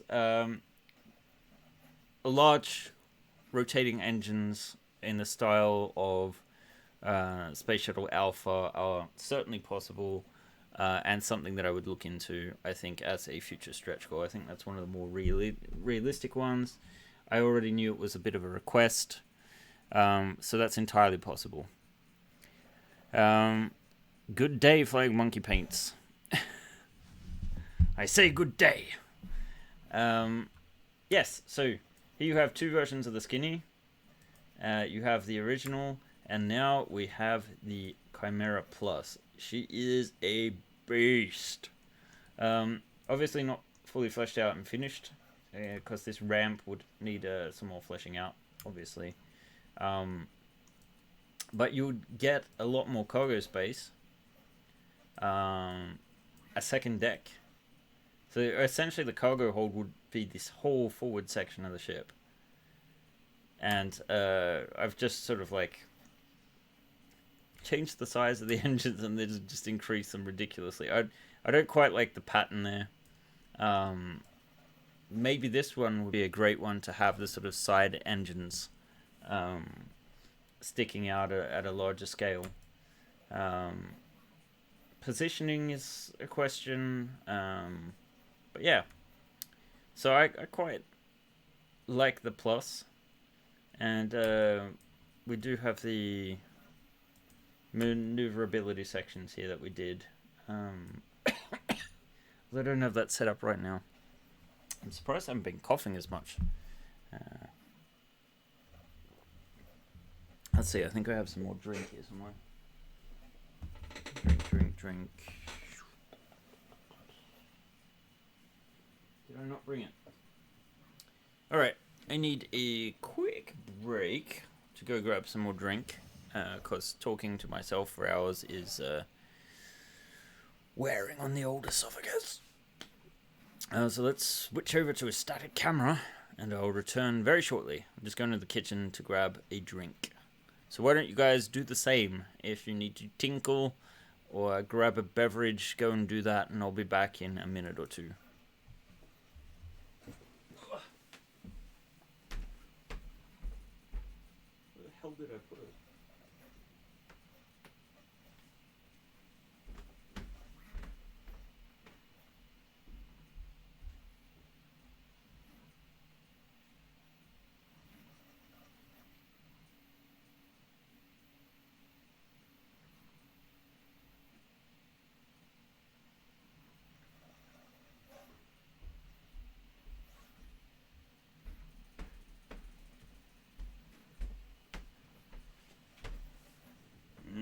Cookies.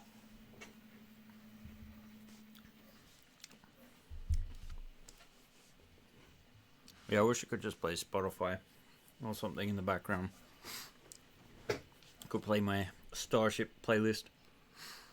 Yeah. Alright, I've got my drink out. I put it out earlier to take into my office, and it's been sitting out warming up in the kitchen. It could have been warming up in my office, ready to go. I did get a cookie as well.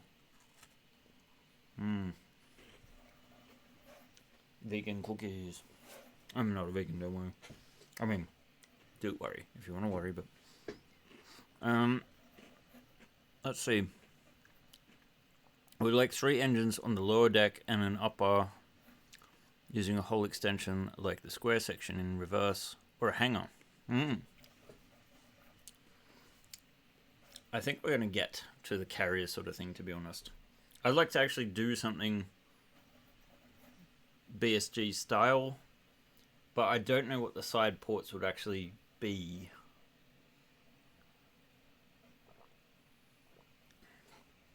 Oh. And,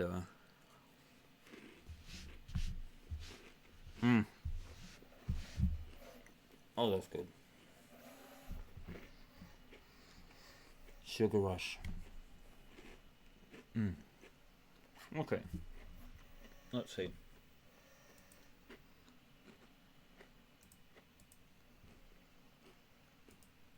A little campaign update. We're sitting pretty right now. Not too bad today. I'm pretty happy with the progress. Did an interview yesterday, as I mentioned. So we were... I feature on the Weekender from On Tabletop, which is a site dedicated to tabletop gaming. Mostly board games and things, but certainly I previewed my projects on them before. And did an interview with them last time. Great guys. With an upper deck hull extension, it looks a bit like the Rebel transport from Empire Strikes Back. Believe it or not, that was actually mentioned earlier on. The what is it? CR-75? No, G... something 75. Yeah. I don't mind that analogy. Let's see, and then, yeah, we had the side engines there, which I went a bit crazy with experimenting in positions with. So I will just turn off the skinny and the plus because they are a little intense resource-wise. And hopefully you guys are getting back from your own breaks. The silhouette of the ship looks nice, I think, with the side engines.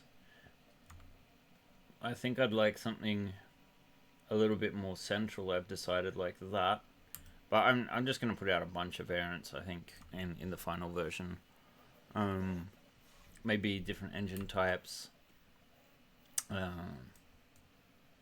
few different options, basically, for propulsion. Yeah, that looks incredibly crazy. So I'm just going to turn them off now. And you know what? It is getting pretty close to being late. So I think we'll get started on the project of the night. The ghost ship. Maybe an engine on the top even. Or I might be putting one on the top. Entirely possible. But like I said, I want to do an engine pack with different designs. Because yes, you can have the classical sort of Star Warsy nozzle, cylindrical sort of motors. There's a ton of variety you can add to them. But I also like the idea of a cluster of smaller engines or something that's, you know, more resembling a bunch of Atlas V engines or something like that. So yeah, there are a lot of different options. A little bit, perhaps some more computer gamey, sci-fi style engines. It's surprising how often in sci-fi they actually gloss over the engines and what the hell they're actually pushing out the back. But in any case, so yes, expect more weapon systems, expect more engines, expect wacky wings, expect VTOL. Getting bigger at this rate will take a year to print. Yeah, telling me. I would say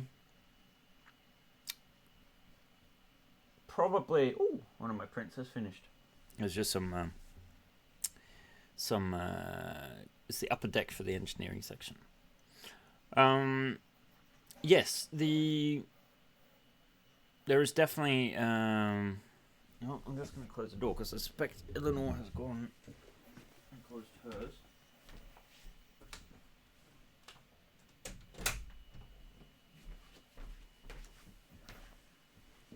Alright, hopefully it doesn't get too hot in here with the printers going.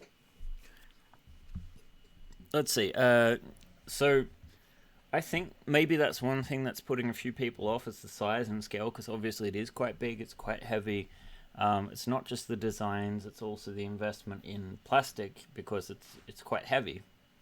And if you're looking at the full interior as well, I'd want to guess that you're looking at around 5 kilos, maybe 6 to be on the safe side. Just like if you have issues printing or something like that. So, I mean, depending on what the price of PLA is where you live, it could be quite a substantial investment. But the beauty is, you do have the ability to scale down to the skinny. You can shorten it. One thing I probably didn't illustrate very well, and I will do in the future, is how I've built it to come off. You might have noticed I lifted off the roof earlier. And in fact, I can probably take the camera here again briefly. If you'll forgive the ugliness of the inside. Let's see. What? Right here. Let's see. There, you can see there's like a hook clip. So that's one of the custom clips again. And that hook clip lets you just rest the level above, because the walls have the clips both top and bottom. So if you want to lock them completely, you can. But if you want them to just slot on to those notches there, you can easily lift them off. So your base level, you want to be as solid as possible. But then each level will just sort of lift off, like so. Like you can see how easy it is to lift off compared to the other levels.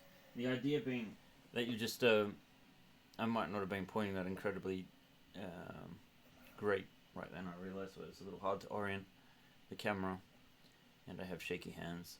But yeah, you can lift off each level and essentially sprawl it out over your desktop,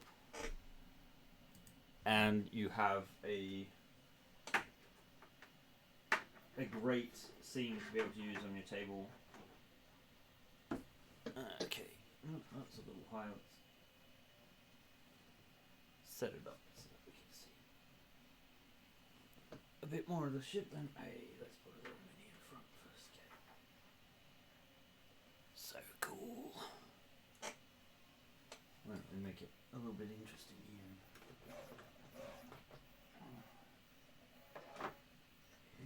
No, what's sneaking up behind her? I can't really see.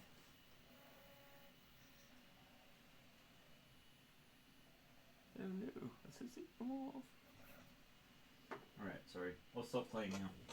This is one of the issues of having basically a toy factory in your office. Let's see, the hook clip is a great idea. Basically a set pin, yeah.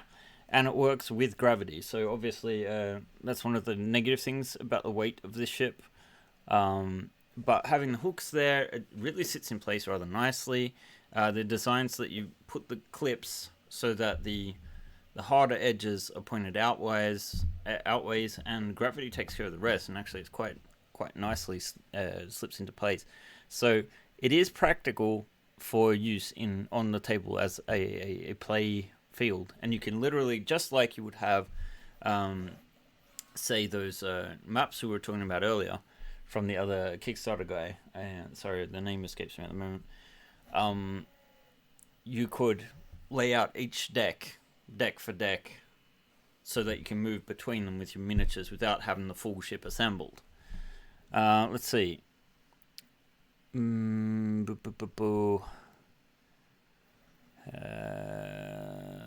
So yes, I have designed these for play. 0 hour, yeah, exactly. Will the landing gear be robust enough to support the added weight of the interior? I would say yes. It's very stable as it is right now. And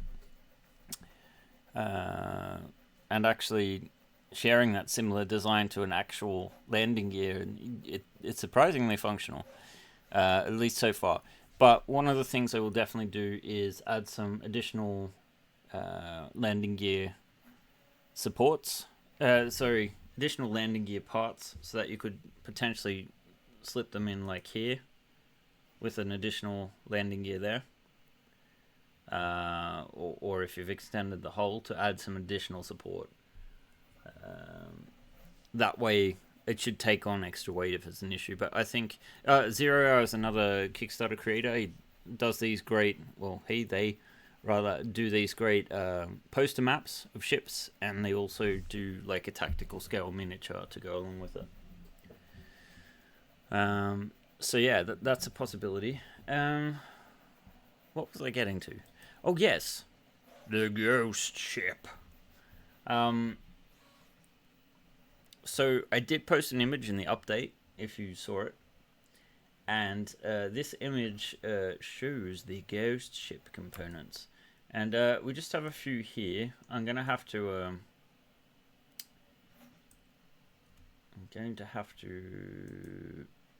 just move some of these ones, I think. Actually, I need to work on my grid here. So let's get to the actual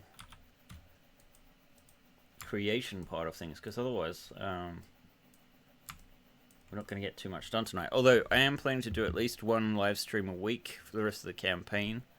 It's sometimes hard to figure out a good time so that many people can join, obviously.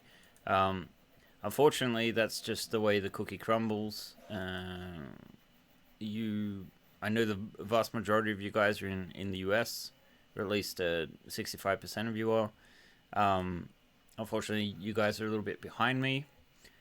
So when it is nighttime there, I'm usually still sleeping or just waking up. So maybe a morning stream or something on a Sunday morning or something, or Friday morning, Saturday morning for me would be a Friday night for you guys. But yeah, not everyone has commitments and things that they do anyway, so you can't really please everyone. So yeah, let's move. Actually, that part can stay. What do we want to do? We want these ones away. And we want to get this, and this. And just move them up. And one of them. And then let's move these pieces back into place. So we can take a look at what this thing currently looks like, and then explore how we can bang this thing up a little bit more. These are very, very rough at the moment. Mostly just because, actually that one can come back down. That's not actually changed.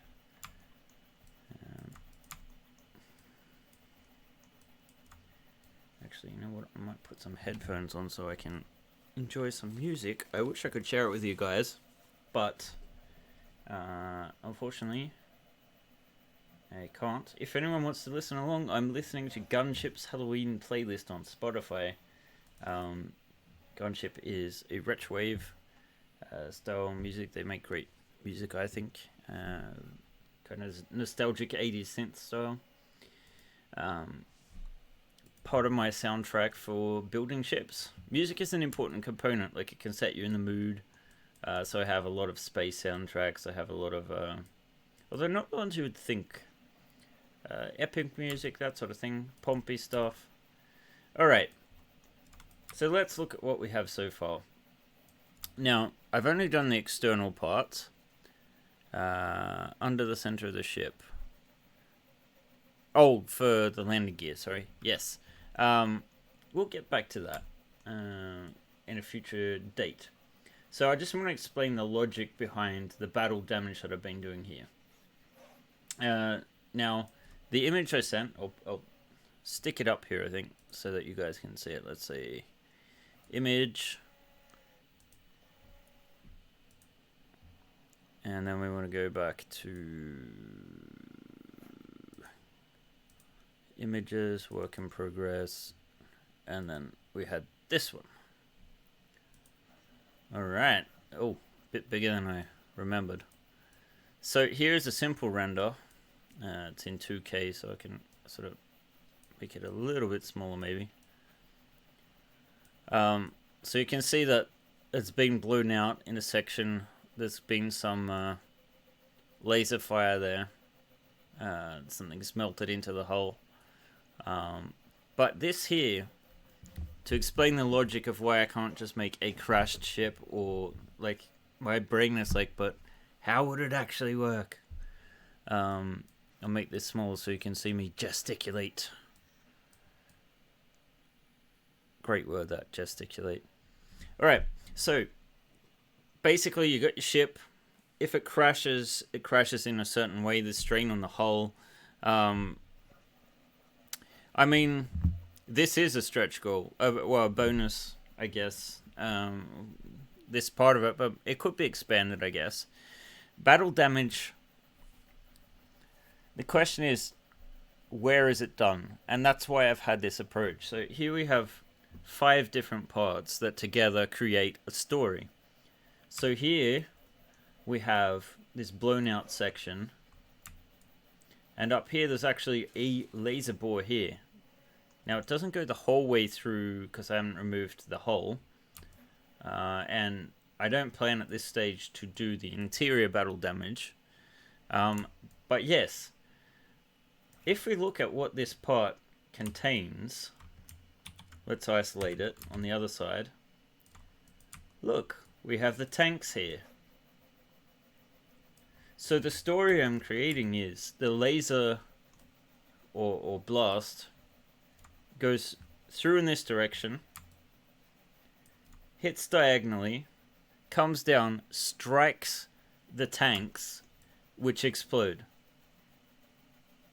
So that there's a story and a logic to the battle damage. Because that's... You can't say that. Can't... Oh, God. Let me do it again. Sorry, I just... Right. Okay. Let me redo this. Here at the top you have a bore that goes straight through. And if we look at what's on the opposite side again, we've got these tanks here holding either oxygen or fuel, something that is in yeah, I get it in it. I get it now. So you have the tanks here. We can maybe add some light elements back in now. Oh. This is what happens when you have a scene set up for different purposes. Let's see, we want the directional lights back in, and we want to kill the dome light. There we go. See, this adds a bit of shadow in. So you've got your tanks here, which are mirrored on the other side, right? Hopefully you're with me so far. So if we go back out, what happens is the laser beam strikes going through this hole, boring down, striking the tanks on the other side, which explode outwards. So we've created a story that's also believable in the wreck, so you can see what's happened. Do I think too much? Yes, quite clearly. But, you know, that's a part of the quality of the design that I'm coming up with. And right now we can only see the external plating and how it's sort of like been affected. Of course, I'll detail on the inside when we have time. And so I'm trying to make the battle damage be realistic. And I'd started to do some of these, so I want you to be able to see the superstructure, see the bulkheads and the sort of skeleton of the ship. Oh, they're not on the bridge; they're beneath them, down near the landing gears. So.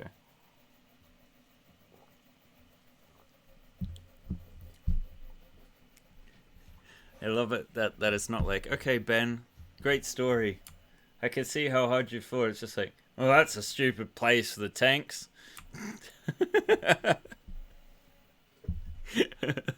Oh god. Yeah. Just kidding, of course. So we've got some time, about another hour, to do a little bit of part work. So why don't we together decide on, okay, this is one feature of this ghost ship. Where should we put the next piece of battle damage? I have started stripping away the top here, just a little, and I was going to do the same with this rib. But I want to know what you guys want to see. So, suggestions, please. This is the part which relies on you guys. So I know there's a couple of lurkers out there who are just following along.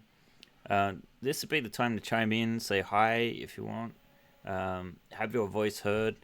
If it's just you guys that have been participating in the meantime, just the 4 or 5 of you, great. A laser strafing run, but not penetration. Well,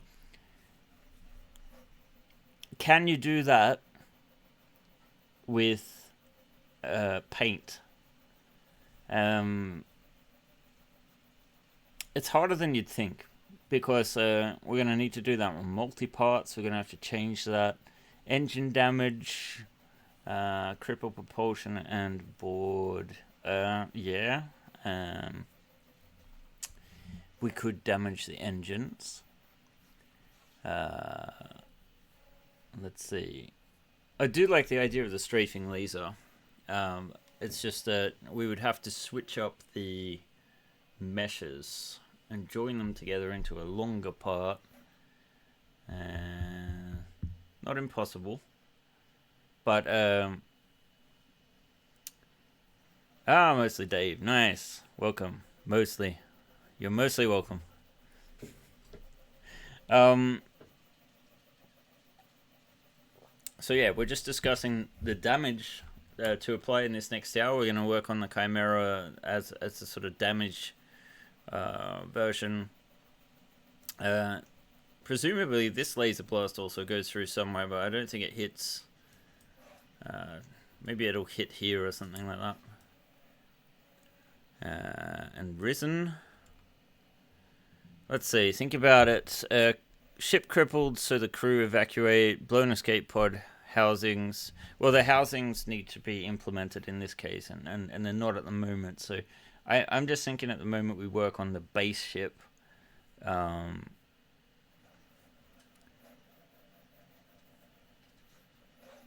it. Oh, you guys just want the escape pods. Like, the escape pods are over here, but as you can see, they're not complete. So I don't have anything that we can blow at the moment because they're not finished, and it's going to take me a while to do it properly. So the thing is, if you're going to do battle damage on something, you want to have a pretty finished piece, because you don't want to have to model something twice, not when it can cost you days of work. So yeah, we should let's see, the damage, structural damage at the bridge. It's a sweet target. Well, we kind of have that here.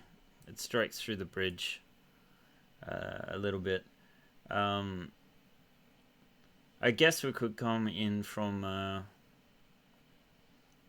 the other side and sort of do the opposite thing, where we do an implosion instead of an explosion. So like a puncture, although we won't be able to see that detail so well. And have it come out sort of the other side, maybe? I don't know. Yeah, of course we're just brainstorming together. Make it to break it, yeah. How about yeah, that's not going to happen tonight with the escape pods, guys. It's too much work for an hour, for sure. In fact, we're probably not going to get too far. Let's see, I mean, crumpled corner or something. How about a shotgun, scatter cannon blasts, cluster of small holes? Do we have some sort of inspiration, like that if we can take a still from a movie, or look at something that we can draw inspiration from? What if we what about the Rossi, or something like that? Maybe there's some sort of film we can draw inspiration from. Let's see. A crumpled corner. Partially exposed engine at the back where the plating hole has been ripped away. Now that is something that would probably be fairly manageable. Especially since this sort of ribbing, I think, looks a bit like a blade of plating. We could have it tear away in places and basically take a chunk out of this, leaving like a superstructure beneath. Which might work well because we have built into the part already this nice sort of structural reinforcement that would be nice to see through the gap here. That is definitely something that we could work with insofar as what we have to work with right now. How about expanding plates at the seams as if barely containing an explosion? Well, that would also be interesting. So they sort of like buckle outwards. Never really thought about exactly how much armor this thing has.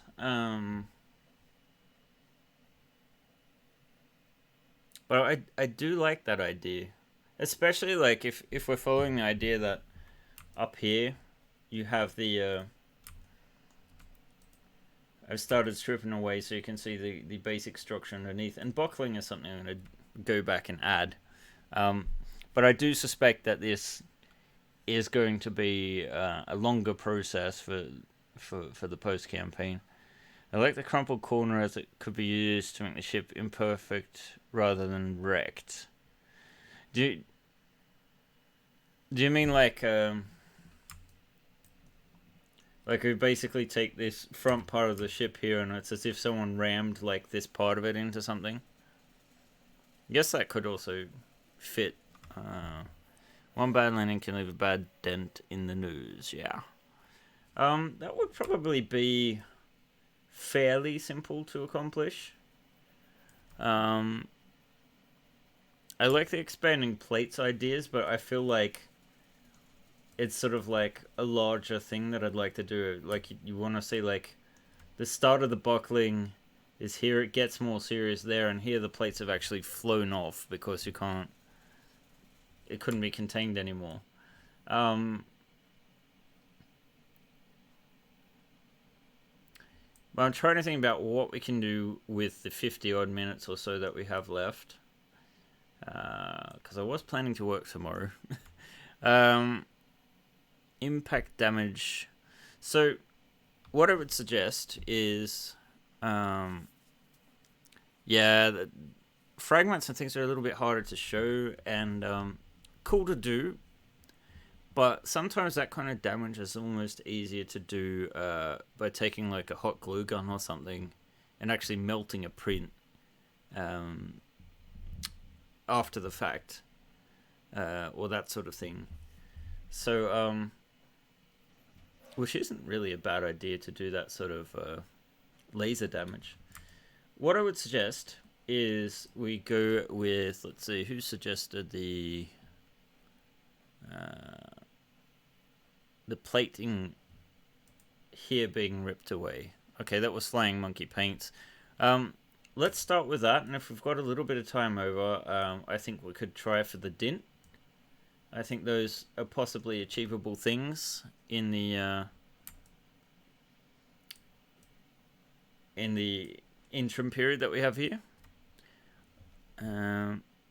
Patch stop damage. I love these ideas, guys. They're really great. It's just the case of, well, why don't I start here and you can see how it can take a little bit more time than it first appears. So let's look at the part here. We want the plating to be off here. So we've first got to think about, okay, well, how does this work? So this would be a good piece to start with. this one here, it looks like it's a contiguous plate. So we have a solid mesh here. Oh, I should duplicate this so that we're not overriding the selected objects. Sorry, there I go again. I have some throaties here. This is bigger and slower than a tie. Yeah. This is Maya, the nice subscriber. Is it? The nice orb. Oh god, my glasses are not working anymore. Let's see. Yes, I made it all in Maya. I was an animator before, and am now a permanent model ship builder. At least until you guys decide that you're not interested in my ships anymore. So now we have this part. I'm gonna isolate it, and we're gonna start just pulling it apart a little bit. So the first thing I'm gonna do is take these faces, and I apologize if this goes a little bit quickly. We might just switch to modeling here. Actually, I won't put it in expert mode so you can actually see some of the tools that I'm using. So first I want to go up and I want to do something called detaching, which essentially just separates two parts of the mesh. So you can see that's one part, that's the other, and then I want to actually go back and let's see, we're gonna do a separation. So now it's actually two separate objects. Now this is a little bit angled, which is awkward.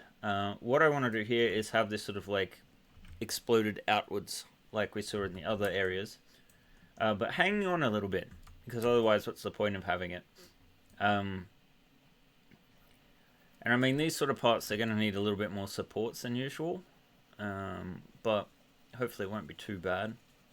Technically I could kind of angle it outwards, like, well, why don't we start repositioning the pivot points. So I'm just going to work with my snaps here to sort of like get the pivot point to a point where I can experiment with sort of like rotating the part to see which way it's going to go out. The question is, do we want this part to buckle as well? Is it being hit from the inside or the outside? Let's see, somehow I don't think we're going to get tired of your awesome spaceship. Well, thank you. You guys definitely help give some reinvigorating energy to what is often a very long process. You can do the same with extract face. Oh, okay. Although I started using Maya in 2009, so some of the modeling techniques I'm using might be a little bit antiquated, but the nice thing about Maya is they keep both. So I'm thinking maybe this one's going to be buckled outwards as well, so I want to go and put the pivot point oriented to this. Why are you not moving?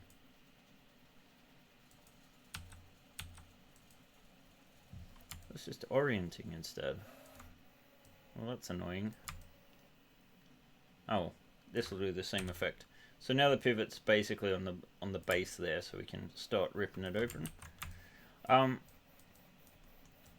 What we can do is select some vertexes. Now vertexes, if no one's familiar with 3D, it's basically made of these mathematical coordinates called vertexes, which are x, y, and z coordinates. And then basically mapped together with triangular polygons, which we call faces.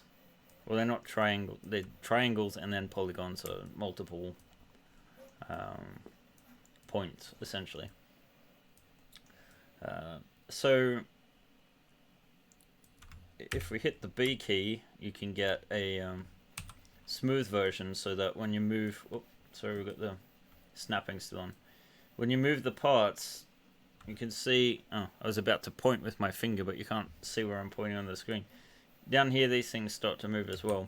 But the problem is here, we don't have enough geometry on this object to make it really bend and warp. So what we probably want to do is add some additional geometry. Now, normally there are tools to add just extra faces to everything.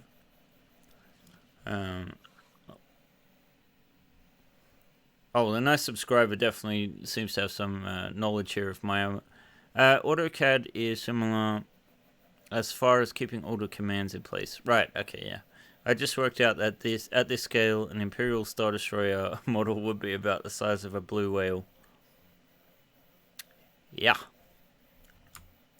Yep. That's a big ship. So yeah, I'm basically just going to manually add some extra geometry here. So just so we've got a little bit to work with. Strategically placing so that we get more of a grid.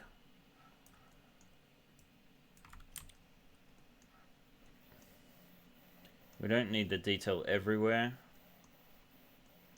This is probably actually overkill for what it is.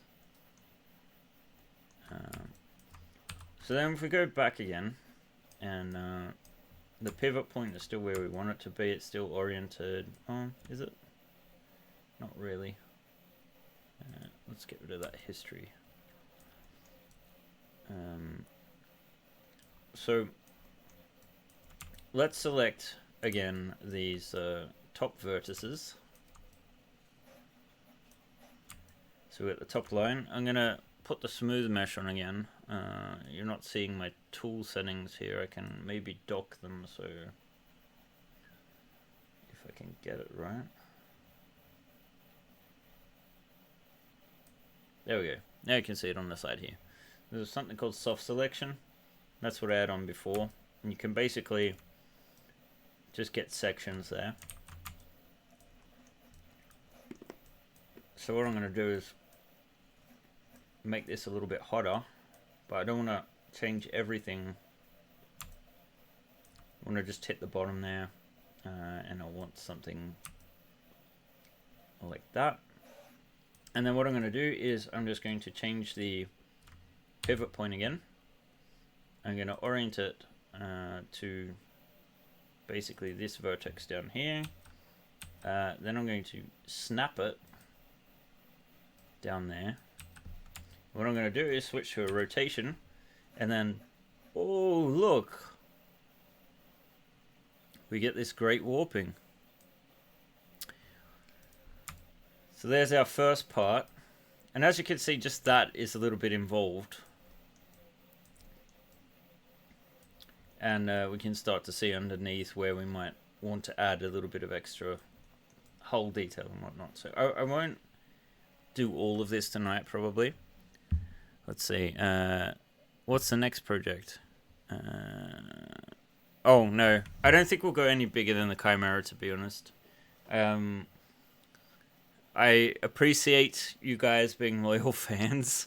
But there's a certain point where people just won't buy a ship that big because they've got nowhere to put it, or they don't want to spend that much on the printing.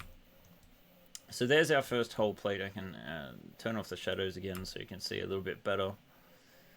So we want to keep creating this sort of like exploded version.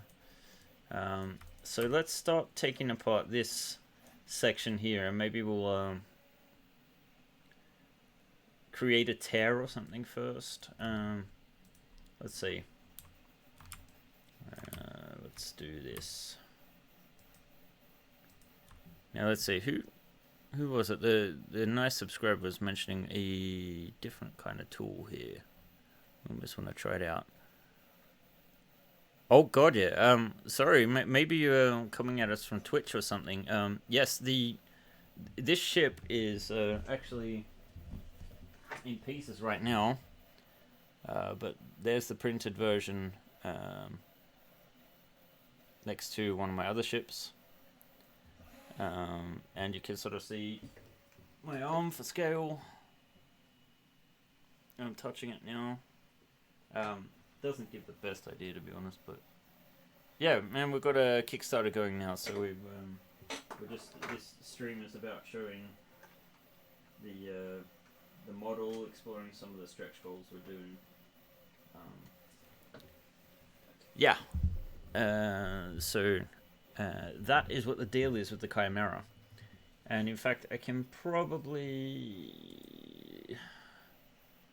Let's see, where is it? There we go. And then we want that. And then we want...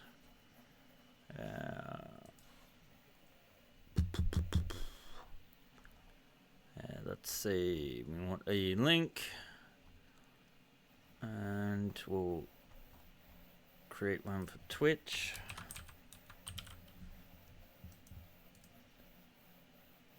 And then I'll drop that in the chat so that you can see for yourself what it looks like. Oh, now you're being a pain in the ass on me. There you go. You select a face from multiple faces and shift right click extract face to split it into a second model. Oh, okay, right, yeah, cool. That sounds like a fairly easy thing to do, but I might come back to it in a second. I want to create a sort of fissure here. I'll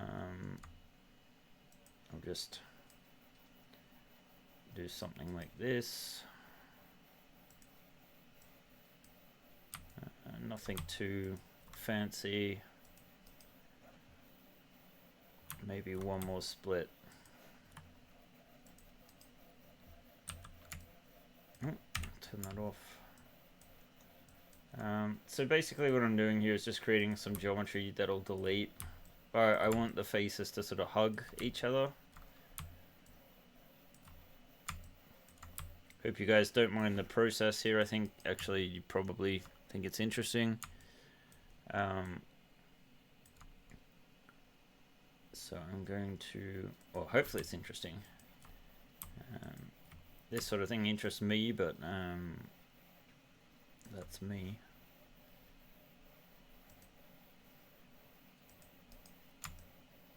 Let's see, so we want something.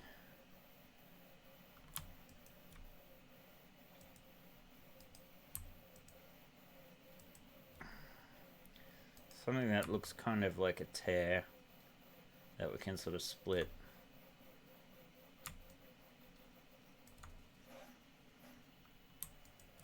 This feels rather rough, but hopefully you'll get the idea. If I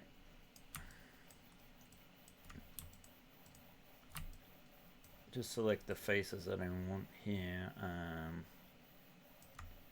probably better off going with something like this.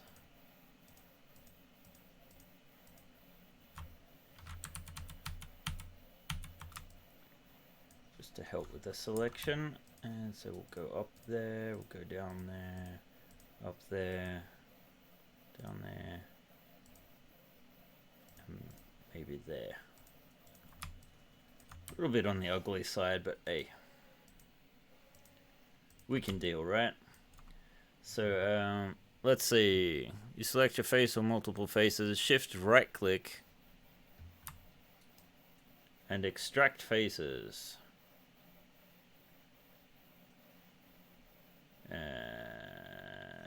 Oh, down here. Okay. Ah, that was quite easy. Yay, I've learned something new. And then we'll do something similar for this side as well. So maybe from here. Actually, we'll just involve the entire thing. Whoops. That looks like it belongs there.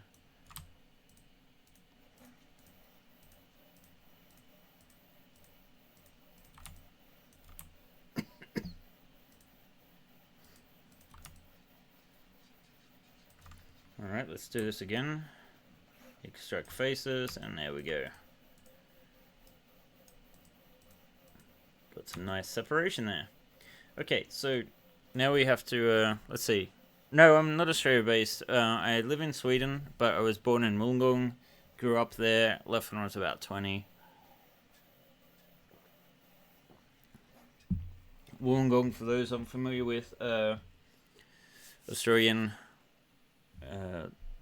weirdly named Australian names. If they have strange names, they usually come from different Aboriginal, first Australian languages. And Wollongong is about 70 kilometers south of Sydney, so it's about 50 miles or something like that, 45 miles, something like that. So yeah, in Sydney they say it's out in the country, but it's a respectably sized city. By Swedish standards, it's rather large. My wife is Swedish. We've decided to settle here, so I've spent a significant amount of time investing in the language. It's a good place to live. And university was very cheap. Actually, it cost me nothing, which was nice. Well, I pay it in taxes now, don't I? So, let's see. I need to add some more geometry.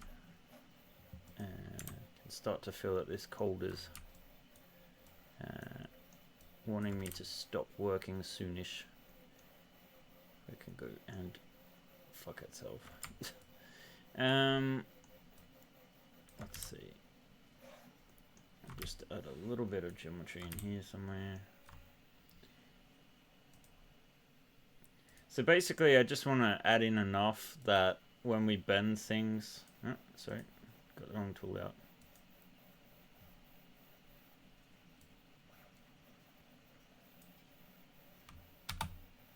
Why is that doing that?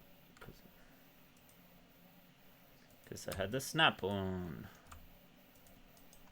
Yeah, I just want enough geometry so that I can actually see some deformation when I start tearing it. Because what I'll do is I'll just tear it from this corner and tear it outwards. So let's see. Yeah, feel free, guys, if you have any more questions about the campaign, stretch goals, how things work, delivery, what other ships I have planned in the future. We have discussed some stretch goal development already. I will post this to the YouTube channel that I have. It's really not very fancy or anything like that. In fact, I think it's got like 1 or 2 student films from when I was at university.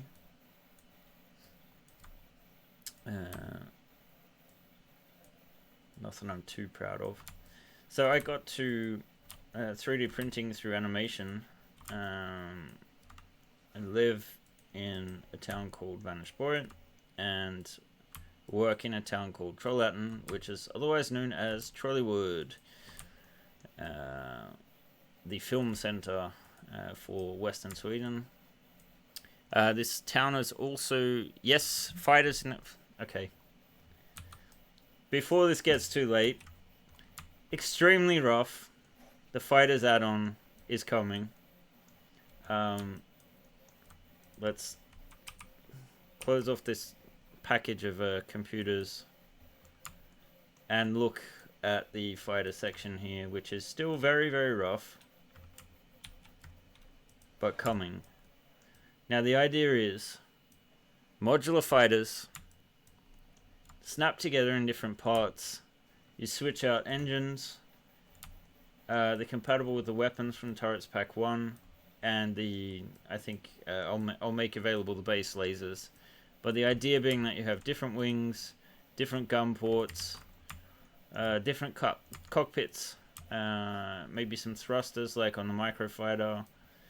Different components essentially that you can snap together. So if you want something that's like a Viper, yeah, not A-wings. That's an arrow, obviously. Haven't you seen Wing Commander? Which is, the arrow is not an A-wing, yeah. So different engines that may or may not be angled differently. So we'll have a few different base modules. You can have a square one with some ports in it. But the idea is you basically get a modular box, hexagon box, or a sort of like octagonal box with different angled open lock ports, which you can affix to weapons, landing gear, engines, cockpits, thrusters, all the good stuff. And then depending on and engines, and depending on the popularity with the modularity, yeah, I mean it'll be 150 crown add-on. I think it'll be well worth the price. That's what, like $15 US. I know we have some people that are like us in Sweden struggling with the value of their money at the moment, but for many people that should be a decent deal. I know, coming from where did I put that drink? My Mini Factory. Not everyone is on the STL scene appreciates the value of modeling skills and how much time that actually goes into them yet. I think that's going to change with time as you see more premium models and more people adapting. But this My Mini Factory, I have discussed it a little bit before. We've done deliveries through drive-through, which nothing against drive-through, but it is set up to be well, they basically have a monopoly over role-playing PDFs and whatnot, which is great for that market. But they do take 40% royalties, and when you have a monopoly on something, those kind of prices can be justified. But since they don't have a monopoly on STLs and really barely support them at all, it hurts when they take the lion's well, not the lion's share, but a large chunk of the models for just having them on their site. Whereas My Mini Factory, it's designed for STLs, they only take 10%. So it makes sense, and they were looking for partners so that they can eventually also do the job of backer kit, which I've used in the past. Which, nothing against backer kit, it's great, but it's designed for the delivery of physical models, and yeah, in this day and age, 40% seems sorry, excessive.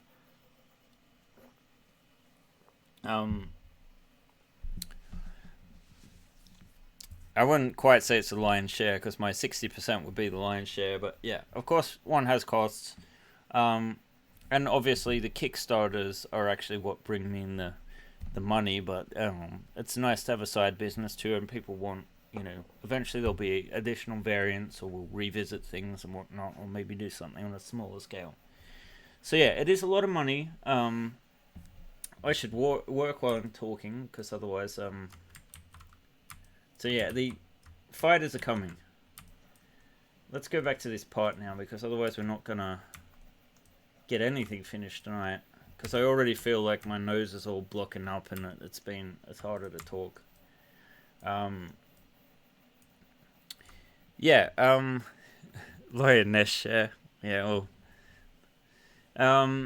But yeah, drive through. Yeah, it's fine. They do have the emails that seem to always get lost in people's junk mail folders. I don't know what your luck has been like as past backers, if there's any of you that have backed in the past, but I know from experience that there have been vast numbers of people where they've just gone straight into the junk mail, they've missed it, and they've gotten deleted.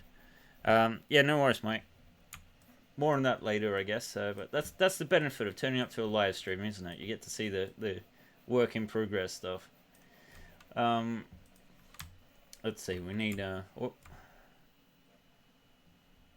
Has it shut itself? No.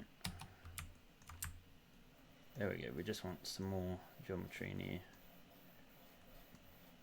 You should just about do it, I imagine. Let's try this. Okay. So yeah, basically, I've been porting my stuff over to My Mini Factory. They're still in development, so they actually have an active development team. They're actually listening to the creators, asking what they want, what they need, and the opportunity came up to partner. And not only are they, obviously the models are going to be there. Sorry, before you pull, why not pop the louvres? Okay, can you explain that in layman's term?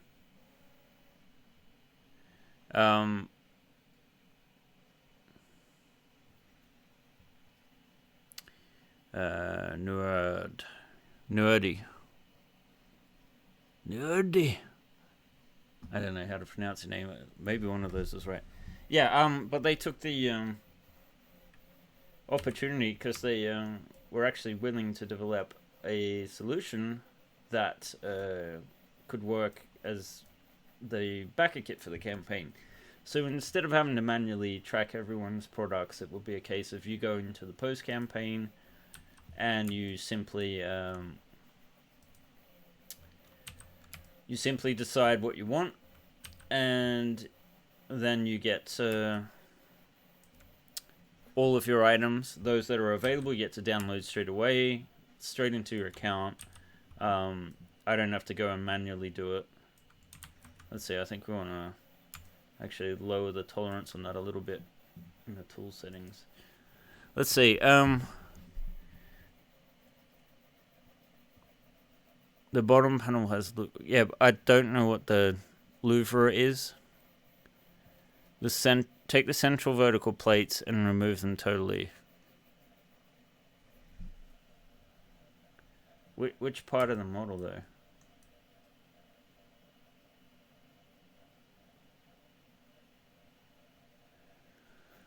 Take the central vertical plates and remove them totally. Oh, you mean these ones? Or are we back here? Oh, the vents. Ah, okay. These things. Alright. Yeah, okay. Yeah, that makes sense. I don't know if they're vents or what they are, but let's call them vents and have them popped out as suggested. So they'd probably just be removed altogether or something, right? Or exploded outwards.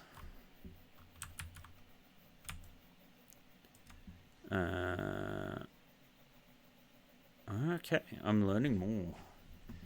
The vents. Okay, yeah, let's call them vents and let's remove them. So I will separate them in case we want to use them in the future.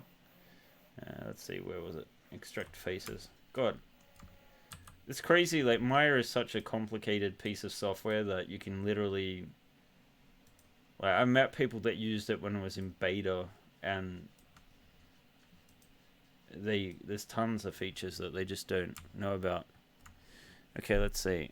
Bottom panel of affected section. Okay, yeah, that was just more description of this. So they're popped out. We probably want something... Question is if we need a housing or something for that. Okay, forget it. We're going to do the basic version now. Can always revisit this. So let's get back to the twisting part. And let's reorient it. With the snapping on. And I'll probably want it to be oriented towards that, so we can easily just explode it out just a tad at first, because we want this split. And then what we'll do is we'll reduce the size of that section, and then we'll just bring it out just a little bit more there. Just doing a little bit more stretching than I would normally like, but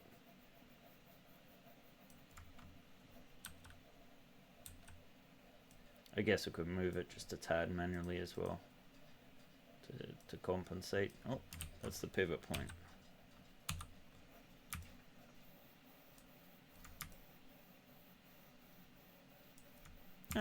It's not too bad.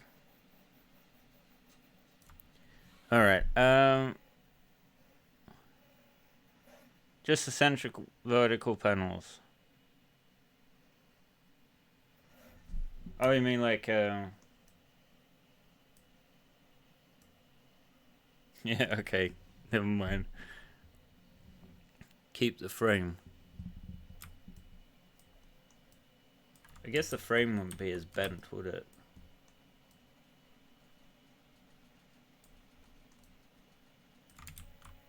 Actually, you know what? We probably don't need more than that.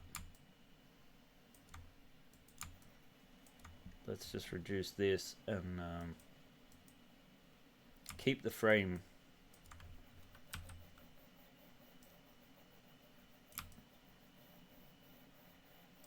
Oops. Oh, I know why.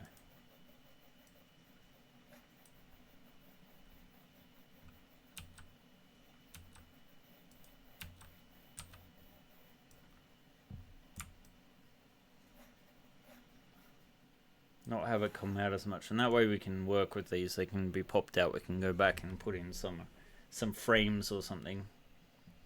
And then we'll move back to this piece, and we need to add some more geometry again.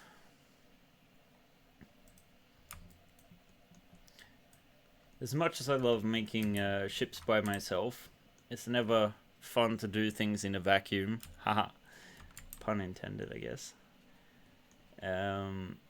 So it is always nice to get some feedback from you guys. I can use, look, I've learnt some new stuff in Maya. I've learnt some new terminology for vents.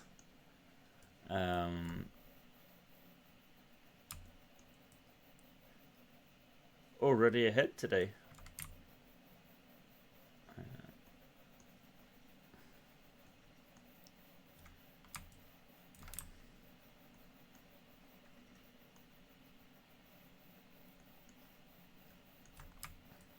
So yeah, I'll have to go back in later and make these better use. 3D printable and reconnect all the parts. It can be quite an ordeal. Let's just put in a few more pieces along there so that. Okay, we don't need the tool settings there. Let's see. Ah, that they tilt. All right. Interesting.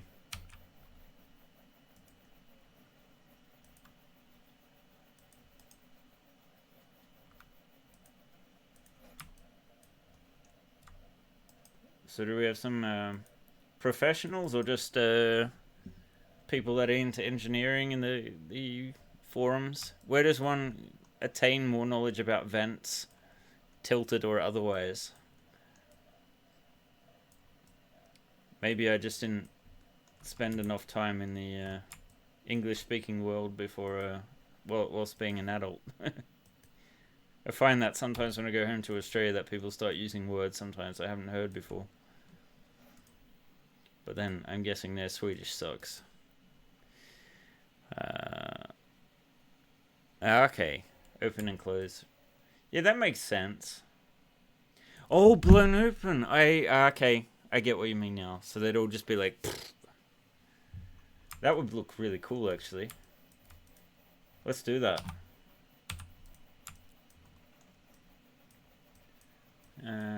So we can get this back.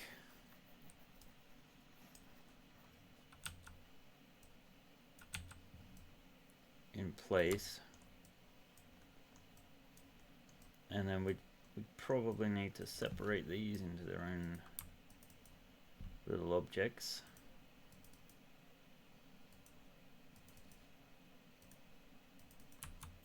Expand. Oh, let's do the extract faces thing again, and hopefully, if we're lucky, they weren't individual, right? But we can do this mesh separate there, so they're now all by themselves. Ventology, nice. Oh, the individual blades. Architecture. Alright, yeah, that makes sense. And why you guys... Yeah, see, normally with animation you just cheat. So now I'm just centering the pivots of these items, hopefully... Oh.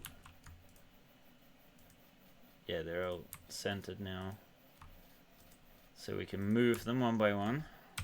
So I'll just move these into the corners, and then I've got my... I suppose it would be more like in the center though, wouldn't it? Ah, whatever, this will print better.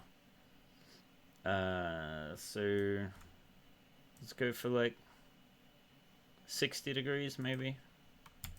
And if we move all the pivot points,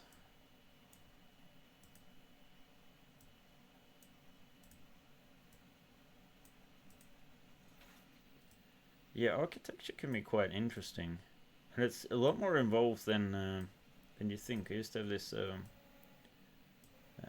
guy I worked with who was studying architecture, and quite a genius by my reckoning in any case, but um, he came up with the most complex ideas. Let's see, there we go. 60 degrees. So we'll need to fill that in, but that looks kind of cool. The vents blowing out. Let's see. Engineers in the English language have too many varied terms for the same thing that is only rarely different.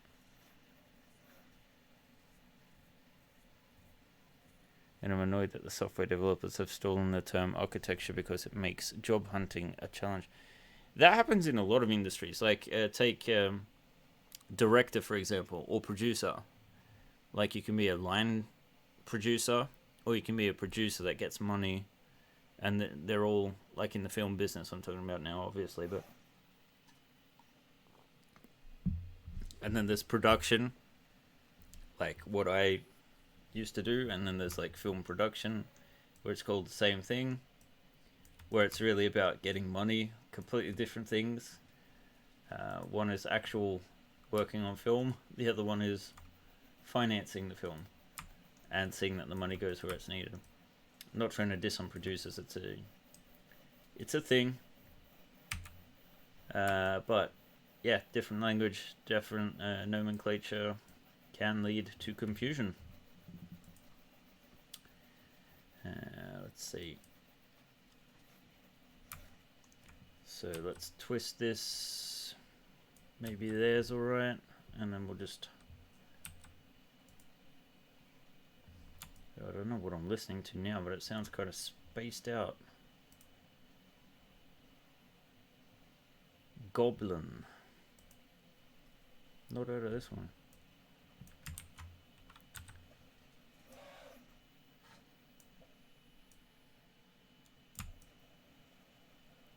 We just get a tiny little bit of split there. And then we'll come up with this part here, I think, so it rips up as well. It's vexing if you're an additive manufacturing design engineer job hunting. Okay. That doesn't sound like it's really a friendly term to be using for anyone outside of the industry.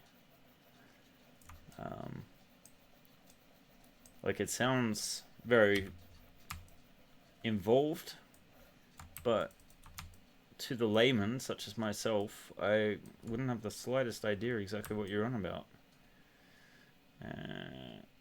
But then again, I'm sure there's things here that would be quite alien to others. I think I'll skip this track. There we go. A little bit more gunship. That's my preference right now.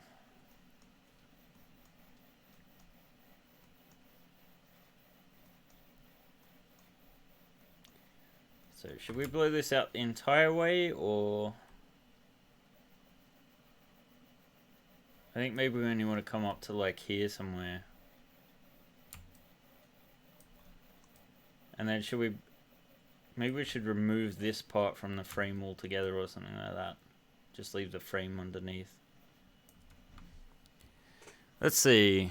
You either find jobs for people operating 3D... Okay, hang on a second. I studied as an architect 7 years. Jesus. That is a niche position, isn't it? Yes, coming up on midnight. It's coming up on 1 o'clock here. You either find jobs for people operating 3D printers or jobs redesigning parts for 3D printing or tuning 3D printers. Okay. Yeah, I guess that additive... Oh, yeah. Oh, of course, yeah. Like FTM.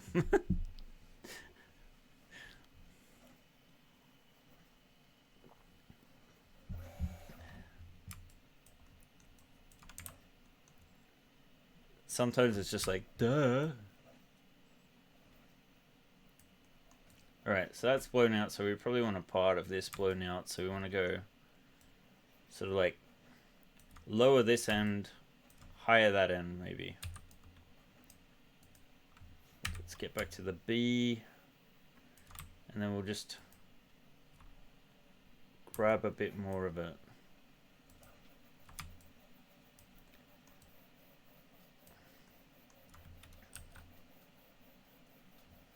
Oh no.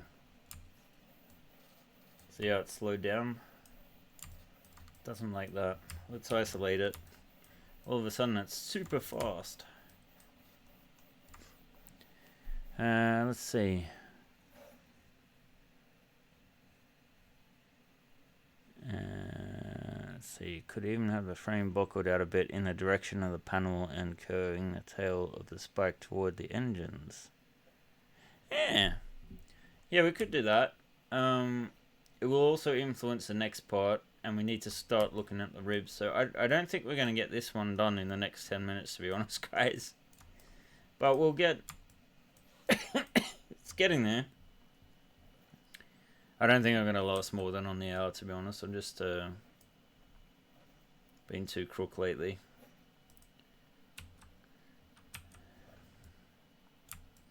Besides, I'm going to have to start designing the next stretch goal soonish. That's a nice little bit of variation. And then let's move that back here again and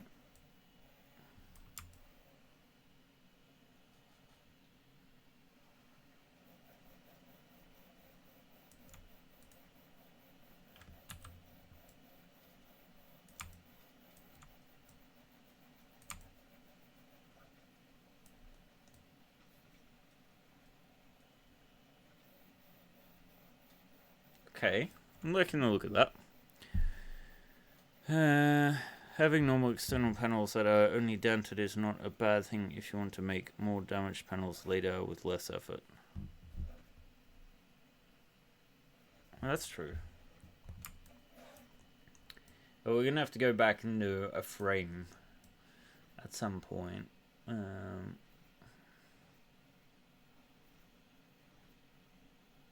This part should probably be buckled, dinted inwards, right? And split a little bit.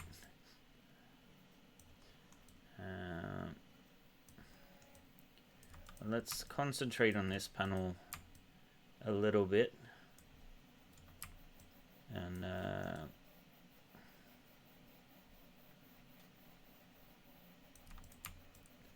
let's split it off first.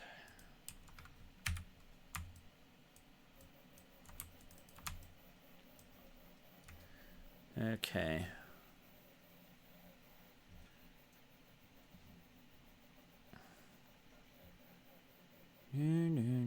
Sidebar, like a little bit on the inside. Yeah. Something like that.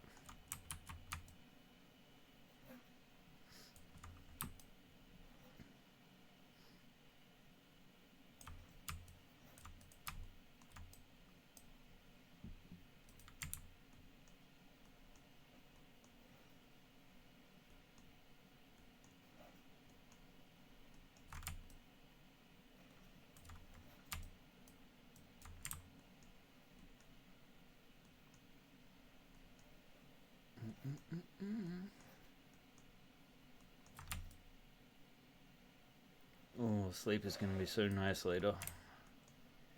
Who needs sleep though? Or bed rest? As much as I love Kickstarters, they don't give you always the most time off because it's really hard to turn your brain off. And like today, I woke up and I'm like, oh, it's hardly moved since yesterday. And you start worrying about, oh, does everybody like it? And then all of a sudden, you know, a couple of hours later, things go to shit. And then a couple of hours later, it's like, oh, people love it. It's fine. Do I have time to play games? I do take breaks on occasion because one of the...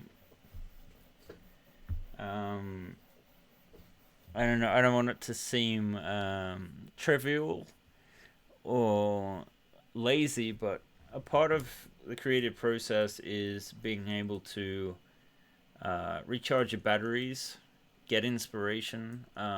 Sometimes it's just quite draining on your energy. So I find playing games, I roleplay a lot, although not during the campaign so much.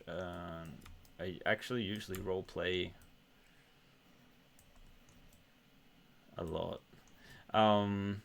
Like tabletop stuff, but actually more Roll20 these days. But yeah, 3 times a week. Is that a lot? No, I mean it's just a part of relaxing, and then computer games, of course.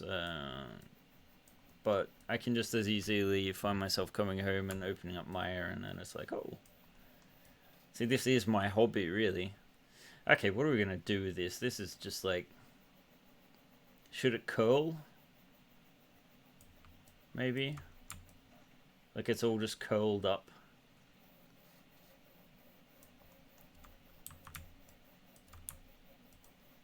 Let's try that maybe. Ah, nice. Yeah, Starfinder is, see, the thing is, I played Pathfinder for many years and enjoyed it, and I really enjoyed the level of detail you can get out of it.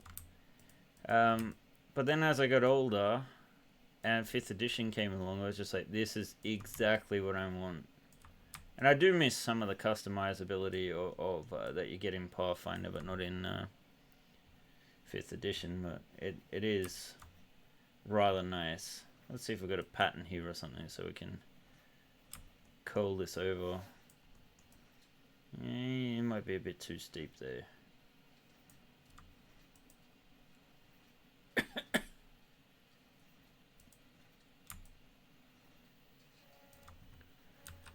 think we're going to have to experiment a little bit.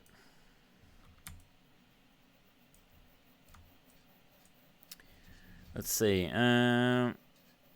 Split it lengthways, then remove the section behind it.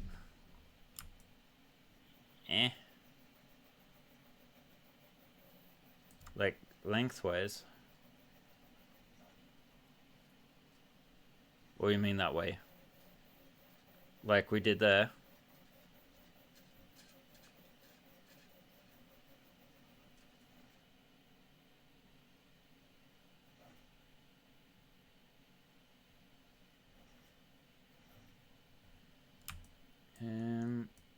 I just want to see how this works.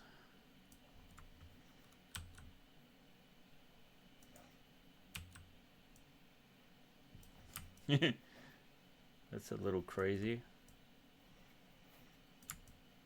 What happens if we scale it down? There's no way it would expand that much. That's going to be a nightmare to print too. Maybe not. Alright, let's see. Been playing D&D for 40 years. 5e is the best version ever. Fast but detailed enough to really make things fun. Yeah, I agree. I mean, I've been playing so much of it that it's starting to get a little bit like I'm bringing in more homebrew stuff and that. Darker Dungeons is a cool little expansion, although it would be great in a computer game, but not so much. There's a lot of bookkeeping, and that's sort of like what I don't miss. Right to left, split. Then remove the whole part to the left.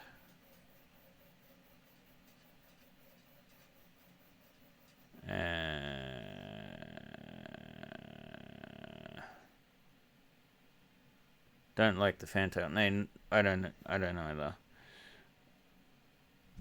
Like, do you mean like split here? Because there isn't really an intersection there as far as plates go. It's one solid plate, it looks. But let's see what you mean. Left to right, I assume it's like that way.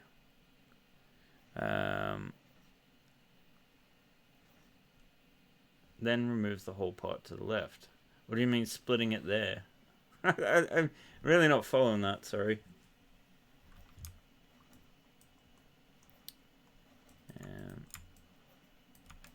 Should we split it down this line?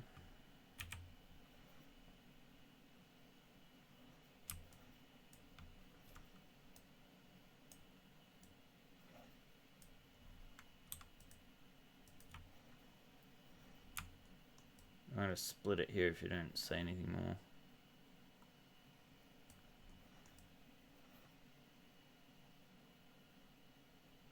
Just remove the part to the left. That would be here. What do you... Oh, that part. Maybe. Middle of the right hand. Rip left and fold back into 2 halves.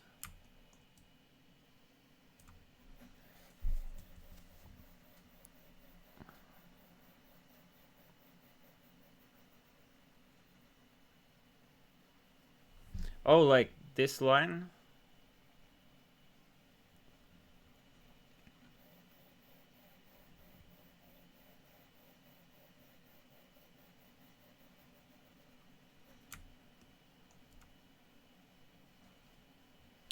You know what? I think this warrants some proper thinking about. And we're not going to get too much further tonight. It is on 1 here, and I've been at this for 3 hours, and I'm afraid my sick voice not going to make it too much further anyway. So let's look and see what we've got so far. I'm just going to recombine these for now. I'll save up first so we're not doing too much damage. Let's recombine them. Move the pivot point back so we can reorient it, and then we'll drop back to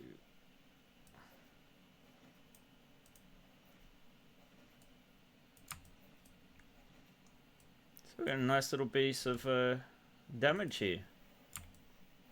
Looking good so far. It's gonna need some more work, but guys, hopefully you have some respect for how much time goes into each of these details, and why just asking for a completely crashed ship is sort of like, ah! There are some things that are easier to do than others, but obviously I've got a few more hours ahead of me to get this version done. What I'll probably actually do is use some of the existing renders I've already done as a bonus stretch goal from tonight, and we'll revisit this at some point in the future. Like I mentioned, I'm quite behind with stretch goals, so I'll try to focus on the next one, but I've heard what you've been looking for so far, and those are tracks, more weapon systems such as missiles, talking about the broadside sort of laser lens arrays that I'd like to do, variant engines, wings, a cavernous possible fighter launch, lower deck, upper deck separation with engineering and whatnot. I think you guys are going to be happy. One of the next ones I'll probably do is expand the living quarters. But we'll see. Thank you so much. Yeah, it is a time-consuming thing. Thank you so much for joining me, guys. I've really appreciated this session, and we'll have quite a few more, I hope, before the campaign ends. On Kickstarter now, we end on the 22nd of November. So, I would say like and subscribe, but I don't necessarily believe in it. Do what you feel is right. But if you guys could imagine carrying this conversation on to the messages on the Kickstarter, for example, that's going to help boost our campaign and bring it back up the charts a little, because I think we're at like rank 110 or something at the moment. So, and my voice is giving out. So I think we'll end it here, guys. And we'll get back to it in the future. Thank you so much for those of you that have already backed, and for those of you that haven't, I hope you've enjoyed this session, and perhaps take more of an interest in following the campaign and seeing where it ends up. The link again I'll put in the chat here, so you can check it out one more time. Maybe hard it. Oh, that's nice, man. Joining Twitch just to talk to me. Before they did have a live stream on Kickstarter, but it kind of sucked, so I understand why they took it away. And I also understand right now Kickstarter is